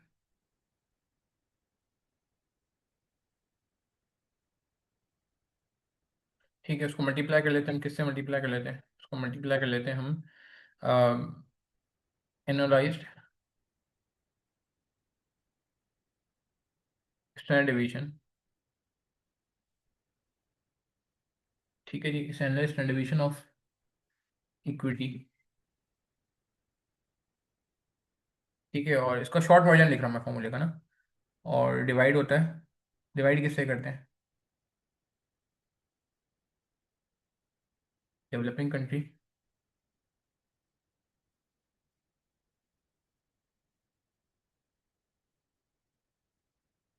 ठीक है जी, और इसको डिवाइड किससे करते हैं?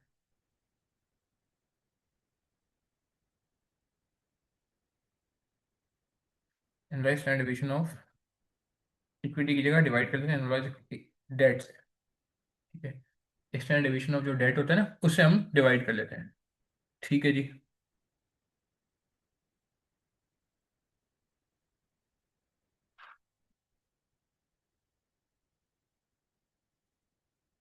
मैं दिखा भी देता हूँ, टेंशन नहीं लें, दिखा देता हूँ, ये रखा हूँ फॉर्मूला, कहाँ है जी फॉर्मूला, ये रहा। एक दो बार देख भी लेना फॉर्मूला, आपको थोड़ा चैन पड़ जाएगा, हाँ भाई फॉर्मूला यही है, ये रहा। Sovereign yield spread into annualized standard deviation of equity index of developing country divided by annualized standard deviation of sovereign bond market in terms of developed market currency। Currency उसकी है, मगर आपने बॉन्ड मार्केट से divide करना है। ठीक है ना, इक्विटी को डिवाइड करना है बॉन्ड मार्केट से, बॉन्ड मार्केट से। ठीक है, अब यहाँ आ जाते हैं जरा जल्दी से। तो इसका बी पार्ट ही बाकी है यार मेरे ख्याल से, 7 मार्क का है बी। ठीक है, थ्योरी भी कवर होगी, आगे जितने भी क्वेश्चन है अल्हम्दुलिल्लाह उनमें भी थ्योरी मैंने पूरी पूरी कवर कराई है लाइव सेशंस में, वो रिकॉर्डिंग में मिल जाएगा। अच्छा, आगे चलते हैं, और द बॉन्ड मार्केट। ठीक है, अच्छा अब आ जाए जरा जल्दी से, सोवरेन यील्ड स्प्रेड क्या होता है? इसका भी शॉर्ट वर्जन ले लेते हैं। हाँ जी, ये क्या होता है? गवर्नमेंट बॉन्ड का रेट होता है इन डेवलपिंग कंट्री। Government bond.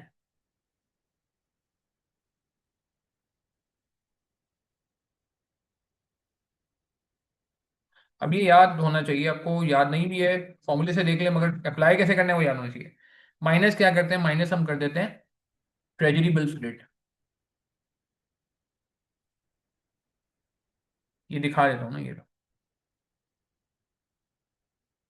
जल्दी जल्दी देख लो यार।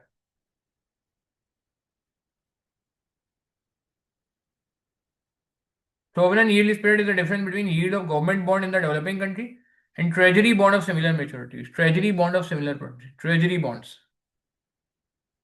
डिफरेंस दो चीजों का है, ठीक है ना। डिफरेंस दो चीजों का है, तो दो चीजें मेंशन कर रहे हैं यहाँ पे।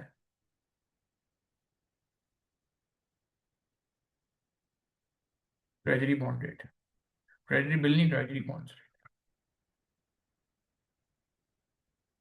अच्छा अब जरा गौर से देखिएगा प्लीज। सोवरेन यील्ड स्प्रेड पहले ले लेते हैं यार, ठीक है। इसके लिए आप जरा गौर से देखिएगा, कहाँ गया ये रहा। अच्छा, government bond in developing country सवाल में देखेंगे प्लीज, फोकस आउट नहीं करना है यार, सवाल खत्म हो रहा है बस। इसीलिए एंड में रखा है ताकि पेपर में भी पहले आप नॉर्मल काम कर लें, और आपकी जो अच्छी खासी एनर्जी, क्योंकि पेपर का पहला सवाल है। बहुत सारे लोगों ने ये भी किया होगा, पेपर के पहले सवाल में अच्छा खासा टाइम लगा दिया होगा, जिसकी वजह से बाकी पेपर में प्रॉब्लम हुई होगी, मे बी पॉसिबल। खैर अच्छा, अब आप जरा देखें क्या कह रहे हैं। Government bond in developing country, government bond ये रहा जी। Government bond in developing country, developing country कौन है जिसमें आप इन्वेस्टमेंट करो, फॉरेन कंट्री जो कि ब्राजील है, तो ये तो हो गया 10%। अच्छा माइनस ट्रेजरी बॉन्ड रेट। अच्छा ट्रेजरी बॉन्ड रेट, मुझे एक बात बताएं, ट्रेजरी बिल्स, टी बिल्स, नाम किसी को याद है? हाँ ये हुआ है जैन लोगों के साथ प्रॉब्लम लास्ट टाइम में। हाँ, ट्रेजरी बिल रेट किसे कहते हैं, टी बिल्स रेट कौन सा रेट होता है, ये वैक में मैंने बताया हुआ है आपको। Treasury bills rate, T bills rate, PIB। हाँ हाँ, RF। सही कहा आप दोनों ने, बिल्कुल सही कहा। शिदा अरफान, शिदा अरफान, हाँ। और मोहम्मद जैन, वेरी गुड। बाकी लोग भी बताएं जरा, बात समझ आ रही है। ट्रेजरी बॉन्ड रेट तो एक तरह से रिस्क फ्री रेट होता है, रिस्क फ्री रेट होता है। और रिस्क फ्री रेट कितना दिया हुआ है, 4.3। कितना दिया हुआ है जी, 4.3। चलो जी, गेम आसान हो गई, very good very good very good. Brazil developing country है जी, बिल्कुल। जब हम कंट्री में इन्वेस्टमेंट कर रहे हैं, एज्यूम करते हैं वो सामने वाला कंट्री डेवलपिंग है। फिलेंजिया भी किया था ना एक सवाल में, विंटर 17 में, फिलेंजिया, अगर किसी को याद हो। अच्छा, सेवरन यील्ड स्प्रेड 5.7 हो गया। अब जरा CRP निकाल लेते हैं। तो CRP निकालने के लिए 5.7 हमारा सोवरन यील्ड स्प्रेड हो गया, ये हमने बिलो वर्किंग कर लिए। मल्टीप्लाई बाय, इसको मल्टीप्लाई करना, standard division of equity in developing country, standard division of equity 19.6। इसको डिवाइड करना है कितने से, standard division of bond market, bond market की स्टैंडर्ड डिवीजन देखें कितनी है। बॉन्ड मार्केट 26.6, दोनों बाहर के मुल्कों के ही होते हैं। ये दोनों बाहर के मुल्कों के ही होते हैं, डेवलपिंग के ही होते हैं। ठीक है, तो जरा चेक करो क्या आया। बिलो लिखने की जरूरत नहीं है मेरे ख्याल से, कंफ्यूजन हो जाएगी, क्या फायदा। CRP कितना बन गया, जरा चेक करें। चले जल्दी से बताएं, CRP कहाँ आया भाई, और CRP। हाँ सही है, वेरी गुड। 4.2, thank you शिजा। चलिए जी, अब ये 4.2 CRP आ गया है। मेरे ख्याल से KE का फॉर्मूला हमें पता है, हम KE का फॉर्मूला अब लगा देते हैं। RF 4.3, बीटा इक्विटी हमारे पास पहले से मौजूद था, बीटा इक्विटी पहले से मौजूद था, 1.1 हमने निकाल लिया था ब्रेक से पहले। चलो जी, गेम खत्म। चीज़ों को कनेक्ट कर लेते हैं। RM मार्केट रेट इज 14.6, ये रहा market rate 14.6। RF 4.3 and CRP finally आ गया। ये छोटा सा मसला है, ICAP ने 5.7 बाहर रखा हुआ है, तो बहुत बड़ा मसला नहीं है, इसकी वजह से कोई टेंशन नहीं लीजिएगा। ठीक है ना, कोई परेशानी वाली बात नहीं है इतनी, कोई अल्लाह ना करे बहुत सीरियस कोई मसला नहीं है। जरा चेक करें क्या आ रहा है इसका। KE कितना बना, KE व्हाट इज के ई, चेक करिए प्लीज। जी, ऐड करिए जरा, मैं भी कैलकुलेटर चलाता हूँ। 1.1 into 4.3 plus 1.1 bracket open, 14.6 minus 4.3। अच्छा जी, फिर प्लस 5.7। 5.7 नहीं, 5.7 नहीं है ना यार, 4.2 है। सीआरपी 5.7 तो सोवरेन यील्ड स्प्रेड है, मैंने ऊपर से गलत कॉपी कर लिया। हाँ, कितना आया? नहीं शिदा, मैंने आई थिंक मिस्टेक कर दी है। वो पॉइंट वो है ये, 19.83। मेरे भी है, ठीक है।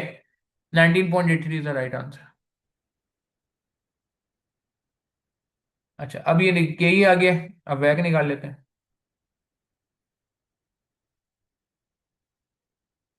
19.83।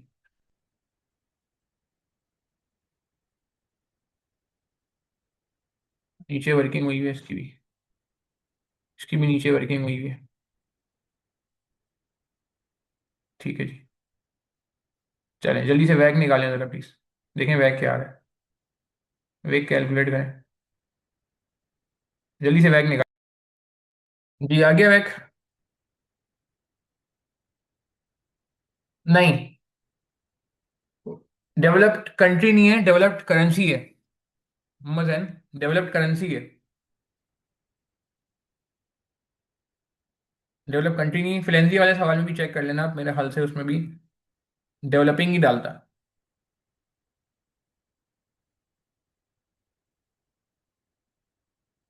ये थोड़ा सा एक टेक्निक बारीकी है यहाँ पे ना, डेवलपिंग ही आएगा, वो डेवलप्ड कंट्री करेंसी लिखा हुआ है उसने, ये कंफ्यूजन है उसमें।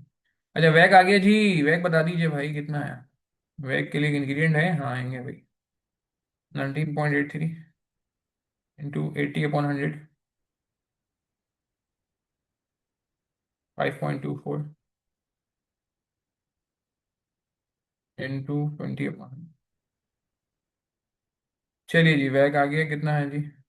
16.9, तो 17 कर देते हैं इसको।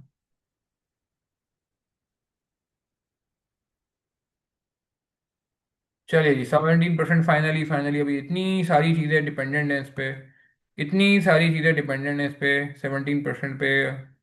ओए होए होए, सही है, ठीक है, थैंक यू अमना हनीफ। शिजा आपका भी यही है, ठीक है।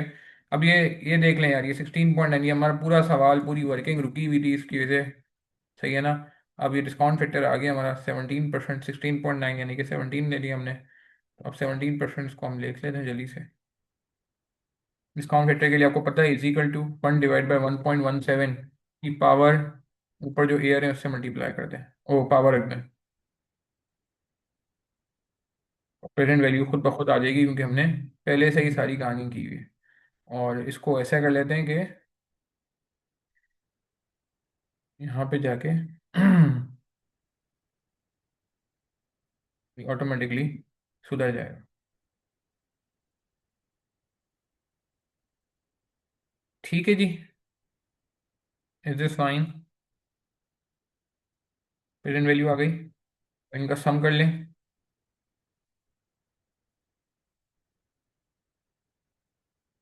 इधर की ये 1 से 5 की आ गई, 669.31।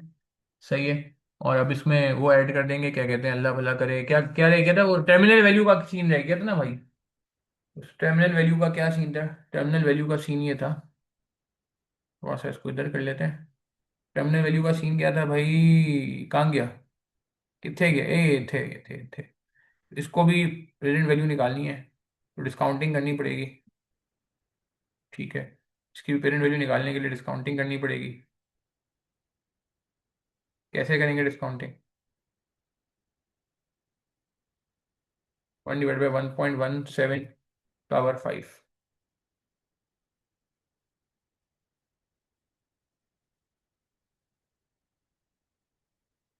877.8। ठीक है जी, बिल्कुल। नहीं, परपेचुटी परपेचुटी की जरूरत नहीं है, खुद ही तो ये है ये direct figure. Present value 6 to infinity होगा।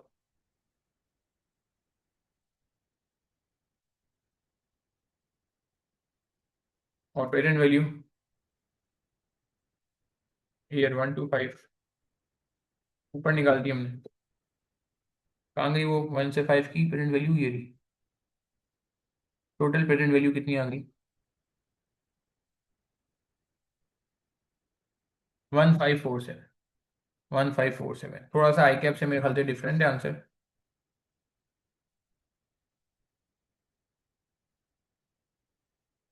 क्लियर है बात हमें भाई, मुश्किल तो नहीं लगा। सीआरपी की वर्किंग में थोड़ा सा टाइम लगा हमें, और इक्विटी बीटा की वर्किंग इतनी मुश्किल नहीं थी। अब बगैर टाइम जाए कि पेपर में सबसे पहला काम जो होगा ना, सबसे पहला काम अब अगला, वो ये कि यार ये इतनी सारी वर्किंग हमने की हुई है, ये डेंजरस हो जाएगा अगर हमने कॉपी नहीं किया तो। पेपर में भूल ना जाए यार, ये बहुत इंपॉर्टेंट है। फौरन से पहले पहले फौरन से पहले पहले ऊपर, मैं पहले नहीं कर सका, आपको वहां से सवाल में नजर आएगा, मैं फौरन टेबल बना के फौरन ही ऊपर कॉपी करता हूँ, फौरन, वेट नहीं करता। मगर इस सवाल में अच्छा, और ये अलग अलग करिएगा, ये नहीं कि पूरी शीट टाइम बचाने के लिए कंजूसी करें, पेपर में टाइम बचाएं, ऐसा नहीं। आप एक टेबल पहले कॉपी करें, इसको पेस्ट करें। ठीक है ना? अच्छा, इसको अब कहाँ पेस्ट करेंगे हम? वर्किंग कैपिटल ऊपर भी कर सकते हैं, चलो लास्ट में कर देते हैं, मसला नहीं। ठीक है। और क्या था?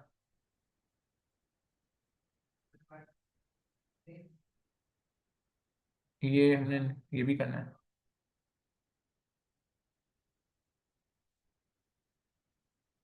और कुछ था जो हमें कॉपी करना है? मेरे ख्याल से एक्सेल का कोई ऐसा चीज तो नहीं है जो रह गई हो। वर्किंग कैपिटल की वर्किंग मैं पहले कर चुका हूँ कॉपी। अच्छा, ये मैंने सेल्स की वर्किंग शायद कॉपी नहीं की है, इसको भी करना चाहिए।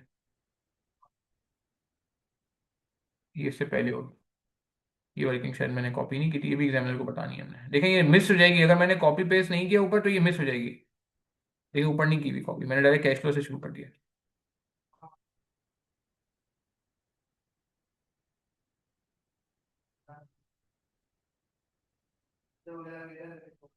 ठीक है जी। क्लियर है बात हमें, इज दिस फाइन? अब मैं इसको जल्दी से पेस्ट कर लेता हूँ बगैर टाइम जाने किए वर्ड में, ताकि आप लोग से शेयर करने में प्रॉब्लम ना हो मुझे। मैंने सिर्फ बहुत इनिशियल एरिया ही रखा हुआ था अभी तक।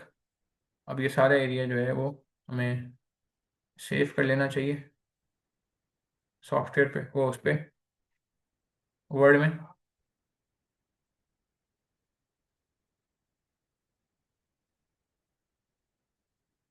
ठीक है जी, ताकि वो रिलीज करने में मुझे आसानी होगी, और पेपर में भी आप जब अपनी प्रैक्टिस करें इस तरह से कर लिया करें।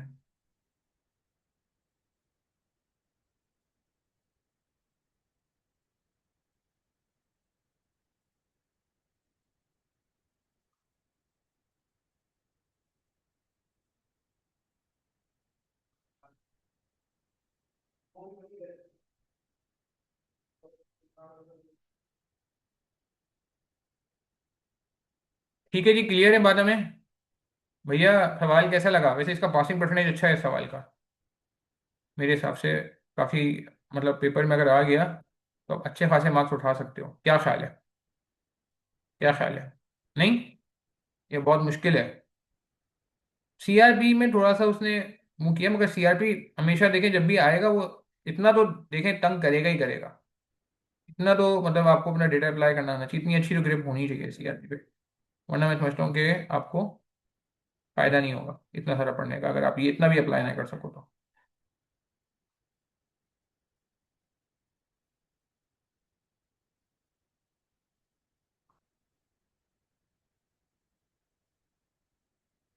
ठीक है जी, चलें, कैश फ्लोज आ गए।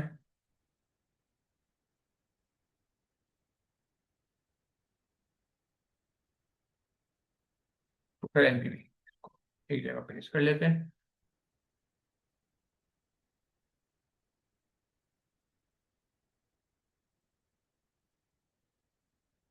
इसकी थ्योरी करनी है यार, थ्योरी के बगैर नहीं जाएंगे। अनवांटेड एरिया में हटा रहा हूँ। एक और तरीका भी होता है, डायरेक्ट आंसर सेव हो जाता है आपके कंप्यूटर में, मगर वो ढूंढना पड़ता है कहाँ सेव होता है, और फिर वो बहुत सारे लोगों को नहीं मिल पाता, तो फिर वेस्ट हो जाता है। इसलिए बेहतर है आप रिस्क ना लें, थोड़ा सा टाइम लगता है इसमें, मगर कोई मसला नहीं है।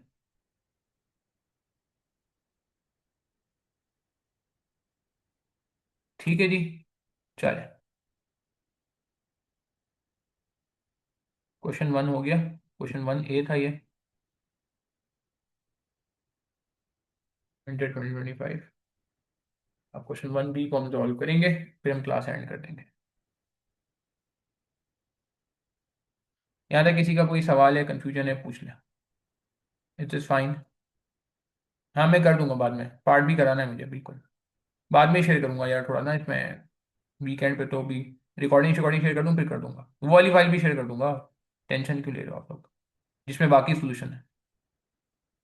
ठीक है। अच्छा अब जरा वन बी देख लेते जल्दी से। चलिए लिया, 7 माह की थ्योरी है, बस ये करके खत्म करते हैं गेम को। क्या केन है हमसे भाई, क्या केन है, क्या केन है। अच्छा, जल्दी जल्दी देख लेते हैं रिक्वायरमेंट में क्या मांग रहे हैं ये। इन्वेस्टमेंट का सवाल थोड़ा लेंथी होता है, मगर स्कोरिंग होता है, स्कोरिंग होता है। अच्छा रिक्वायरमेंट में इसने बोला है भैया, explain the risk that will arise as result of using a Pakistan bank loan to finance the Brazil investment and suggest how the risk could be reduce. यार एक सवाल है, पाकिस्तानी लोन से अगर हम इन्वेस्टमेंट को फाइनेंस करेंगे तो क्या रिस्क होगा, सोचिए ना जरा। क्या मसला क्या आ सकता है, मसला क्या आ सकता है। हम्म। बताएं, जवाब दें, सोचें जरा। आप लोग अपना भी तो दिमाग लगाएं, जो लोग रिकॉर्डिंग से रेफर करेंगे उनसे भी गुजारिश है। हाँ एक्सचेंज रेट थोड़ा एक्सप्लेन करें। और और क्या रिस्क हो सकता है। कॉम्पैक्ट को, सिम्पैक्ट को सॉरी, एक कॉम्पैक्ट भी आया है, वो उसमें आया है मेरे ख्याल से, केस स्टडी की मॉडल पेपर में नाम है। क्या रिस्क हो सकता है।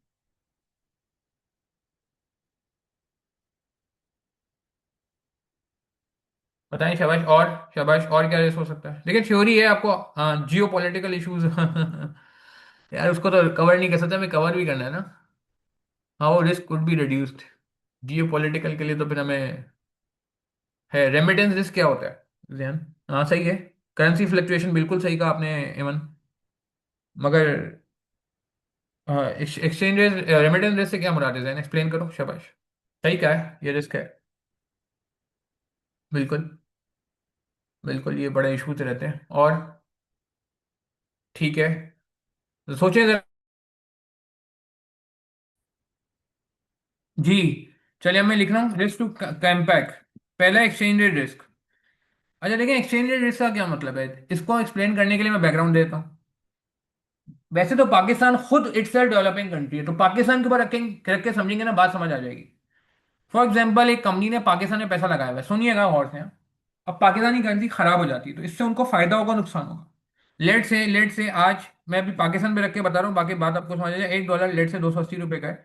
अगर ये $1 280 रुपये की जगह कल को खुदा ना खास्ता वापस से जैसे पहले हो गया था एक दफा 320 रुपये हो जाता है, तो पाकिस्तानी कंट्री में इन्वेस्टमेंट करने से गोरों को, बाहर वाली कंपनीज को नुकसान होगा। क्यों? क्योंकि जब वो प्रॉफिट लेके जाएंगे, जब वो प्रॉफिट तो पाकिस्तान में कमाएंगे ना, पाकिस्तान में जो प्रॉफिट होगा वो पीकेआर में कमाया जाएगा। जब वो पीकेआर में कमाया हुआ प्रॉफिट यूएसडी में कन्वर्ट किया जाएगा, तो फिर लेसर यूएसडी मिलेंगे या मोर यूएसडी मिलेंगे। जब कन्वर्जन हो जाएगी तो उनको ज्यादा यूएसडी मिलेंगे या कम यूएसडी मिलेंगे, सोच के बताएं। अगर यूएसडी का रेट बढ़ जाए, 280 की जगह 320 हो जाए, और उन्होंने पाकिस्तानी रुपए में पैसे प्रॉफिट कमाया है, तो उनको फिर कम पैसे मिलेंगे। जहन बात समझ आ रही है, बाकी लोगों को बात समझ आ रही है।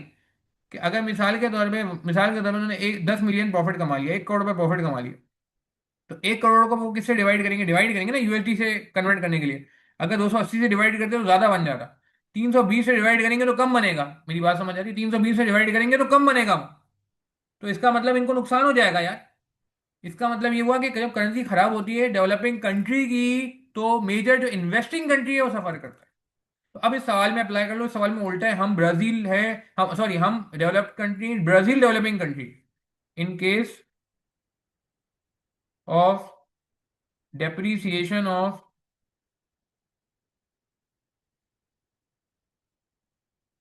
अच्छा इस सवाल में आपने नोट किया एक बात, इस सवाल में आपने एक चीज नोट की। नॉर्मली जो इन्वेस्टमेंट अप्रेजल का सवाल होता है, फॉरेन इन्वेस्टमेंट अप्रेजल का, उसमें हम इंटरनेशनल कैश फ्लोज को, जो इंटरनेशनल कैश फ्लोज थे, आर डॉलर, इनको एंड में क्या करते थे, कन्वर्ट करने से पहले क्या करते थे, याद करें। वैसे एक सवाल एक बच्चे ने पूछा था मुझसे थोड़ी देर पहले, मैंने कहा था मैं क्लास में सवाल कराऊंगा तो उसमें डिस्कस कर लूंगा। नॉर्मली हम जब फॉरेन इन्वेस्टमेंट बिजनेस का सवाल करते हैं तो फॉरेन क्या करते थे, याद करें, जहन में लाएं। इंटरनेशनल कैश फ्लोज को, फॉरेन कंट्री कैश फ्लोज को पीकेआर में, लोकल कंट्री में कन्वर्ट करते थे, याद आई किसी को बात। और मिड रेट यूज करते थे, मिड रेट याद आ रहा है। मिड रेट याद आ रहा है? मिड रेट मतलब कि हम बाइंग और सेलिंग रेट का मिड लेते थे। एक सवाल था जिसमें बांग्लादेश में इन्वेस्टमेंट हो रही थी, श्रीलंका में इन्वेस्टमेंट, गोल्ड लिमिटेड, अगर आपको याद हो, एक सवाल हमने किया था। हाँ। इसके अलावा ये फिलेंजिया वाला एक सवाल हमने किया था। तो अब इस सवाल में इंटरनेशनल रेट है ही नहीं, है ही नहीं, है ही नहीं। अगर होता तो हमें इसको कन्वर्ट करना होता, पीकेआर में आता। तो बहरहाल, मगर रिस्क हमें बताना होगा in case of depreciation of foreign country, foreign currency, that is our dollar, lesser amount will be remitted to Pakistan. ये रिस्क है ना, कि उनको फिर कम अमाउंट मिलेगा। फर्दर इन्वेस्टमेंट, इन्वेस्टमेंट, और क्या नुकसान होगा? वैल्यू ऑफ इन्वेस्टमेंट, ये on the other and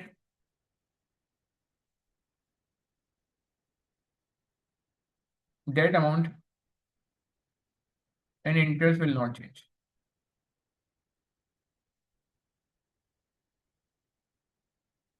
as loan is obtained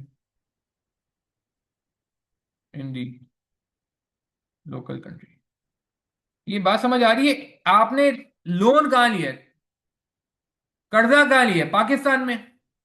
Pakistan में कर्जा लिया, जरा गौर से सुनिएगा मेरी बात को यार, ये देखिए थ्योरी है, सात मांग की थ्योरी, हल्का नहीं ले सकते।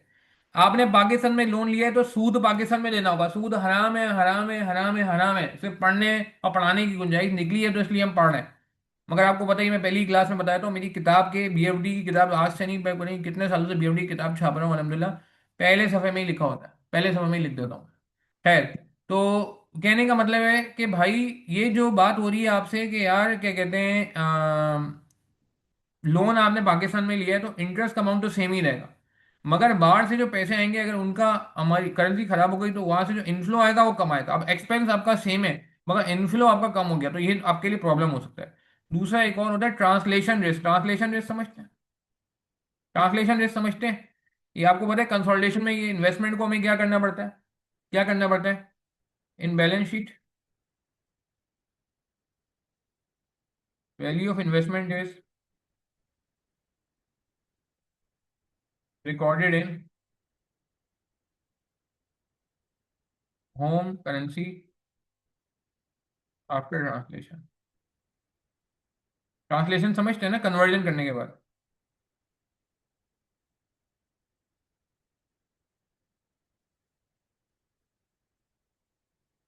Due to depreciation of currency, value of investment may fall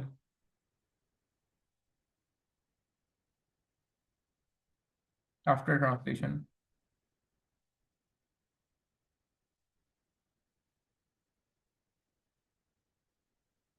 सही है जी। और however, वैल्यू ऑफ करेंसी तो फॉल करेगी मगर लोन अमाउंट सेम रहेगा।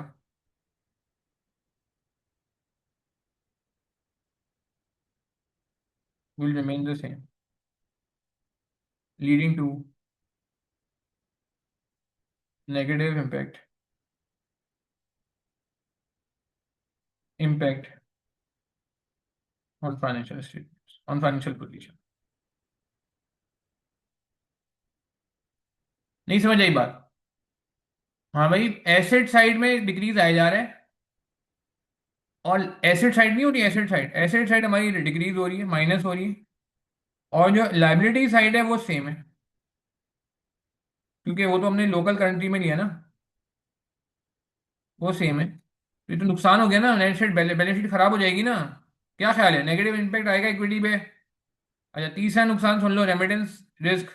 रेमिटेंस रिस्क ये होता है, आपने देखा है, रेमिटेंस रिस्ट्रिक्शन लग जा रही है सवाल में कि शुक्र अदा करो। हमने इससे मुश्किल मुश्किल सवाल क्लास में किए, याद है? रेमिटेंस रिस्ट्रिक्शन का सवाल, जिसमें वो मना करता है खाली 60% प्रॉफिट ले जा सकते हैं, 40% नहीं ले जा सकते।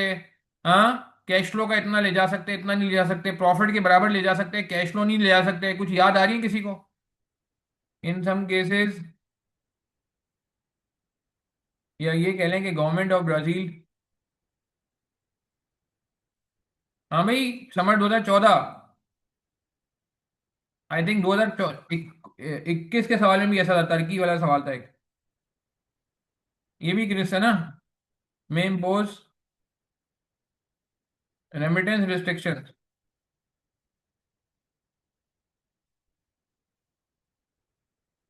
To avoid to reduce cash flows send to Pakistan. Agree करते हैं, ये भी तो एक रिस्क है ना भाई। नहीं। ठीक है। इससे भी आपको नुकसान, अब इसको कवर कैसे करें? मिटिगेशन ऑफ रिस्क एक बहुत कॉमन टेक्निक क्या है? बहुत कॉमन टेक्निक, बताइए। सोचिए जरा यार, इस इन रिस्क को कैसे कवर कर सकते हैं? हाँ, सबसे आसान चीज ये होती है कि बोरो इन ब्राजील, ब्राजील में बोरो कर लें। क्या मतलब वो इस बात का? हेजिंग तो हो रही है, मगर हेजिंग हेजिंग के तरीके बताए ना। इंटरेस्ट रेट हेजिंग नहीं है ये करेंसी हेजिंग भी नहीं है एक तरह से देखा जाए, क्योंकि करेंसी रिसीव कितनी होनी पता थोड़ी है। हेजिंग एग्जैक्ट करने के लिए करेंसी का आना पता होना चाहिए, कितने महीने बाद आएगी, जब भी तो मैं फॉरवर्ड कॉन्ट्रैक्ट करूंगा, जब भी तो फ्यूचर करूंगा, जब भी तो नंबर ऑफ कॉन्ट्रैक्ट्स में कैलकुलेट कर सकूंगा। वो वाली हेजिंग यहाँ नहीं हो सकती जो फॉरेक्स में पड़ी जाती है। ये फॉरेन इन्वेस्टमेंट बिजनेस से रिलेटेड टॉपिक है। बिल्कुल सही कहा, लोन ऑब्टेन्ड इन Brazilian currency. Developing country, developing country में लोन ले लो। इससे क्या होगा? इससे क्या होगा बताओ शाबाश जल्दी से। इससे क्या होगा अगर आपने लोन ले लिया तो?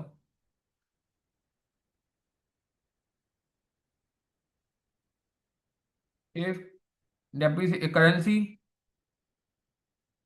depreciated, then liability amount will also decrease। नहीं समझे बात को? नहीं समझे बात को, बैलेंस शीट से समझाऊं? हाँ, अभी देखें, मैं समझाता हूँ बैलेंस शीट से। ये देखो, ये बैलेंस शीट का एसेट साइड है। ये डिक्रीज हो रहा है, फॉल कर रहा है, माइनस हो रहा है, क्योंकि वो कैश फ्लो कम आएंगे ना अब, अगर करेंसी डेप्रिशिएट होगी तो लाइबिलिटी वाली साइड सेम नहीं रहेगी ना। लाइबिलिटी वाली साइड भी चूंकि इंटरनेशनल करेंसी में, ये भी क्या हो जाएगी, ये भी क्या हो जाएगी, डिक्रीज। क्या मेरी बात समझ आती? Leading to leading to coverage of loss incurred due to reduction in value of investment. Value of investment कम हो रही है करेंसी खराब होने से, कोई बात नहीं, कोई बात नहीं, टेंशन की बात ही नहीं है। एग्री करेंगे? एग्री करेंगे फर्दर? एक और फायदा भी हो जाएगा, interest payment will also decrease effectively for compact. क्या नाम है, कॉम्पैक्ट नाम है, कॉम सिम्पैक्ट। ठीक है। If there is any currency depreciation.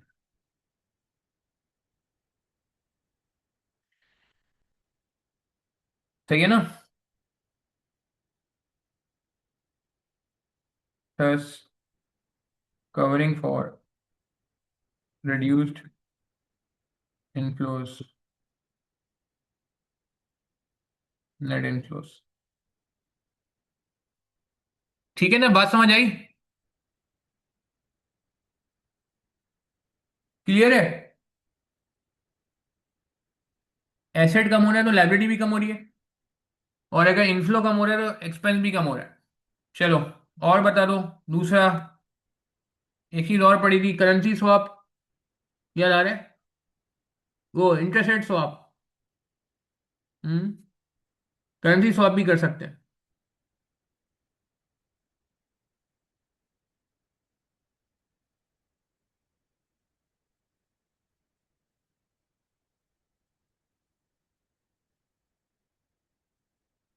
पहले इंटरेस्ट रेट स्वैप कर लेते हैं, स्वैप लिख लेते हैं बल्कि यार।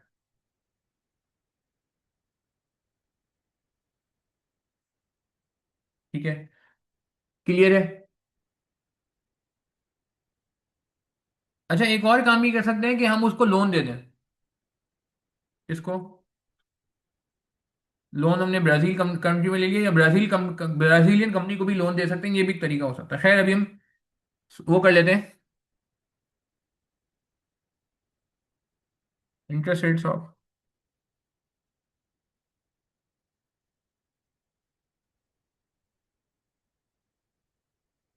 इंटरेस्ट रेट ऑफ क्या कहता है भाई, कि पाकिस्तानी लोन,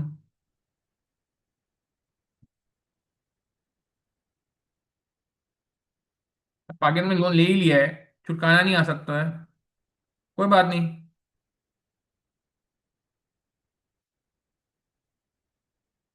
अगेन, तो एक ही बात है यार, इंटरेस्ट है हमारे स्वैप हो जाएंगे, इंटरेस्ट स्वैप हो जाएंगे।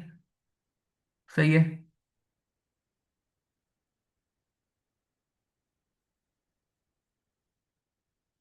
Also help reduce risk face by compact Simpecs. ठीक है जी, क्लियर है, खत्म करते हैं। बिल्कुल।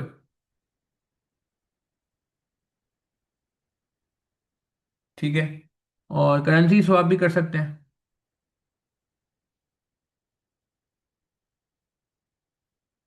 लास्ट पॉइंट, रिस्क खत्म करने के लिए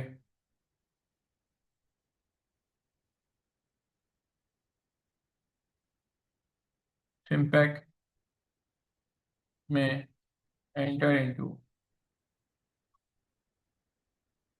currency swap arrangement to hedge hedge risks posed by exchange rate against investment in Brazil।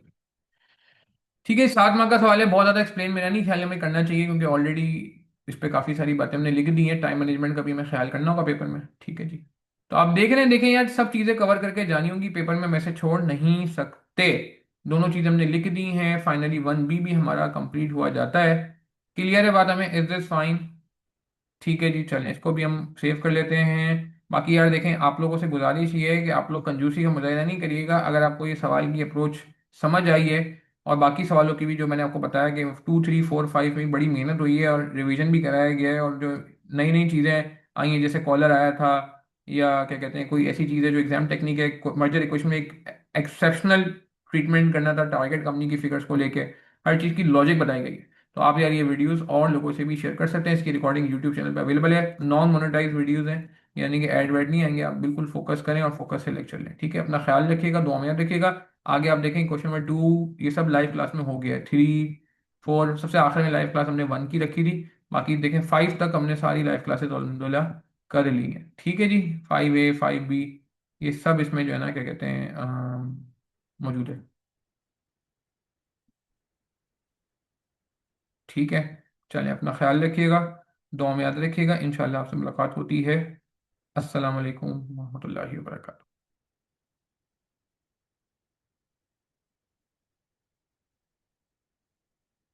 और कोई क्वेरी कंफ्यूजन है मुझे आप मैसेज कर सकते हैं, मेरा नंबर आपके पास ऑलरेडी मौजूद है।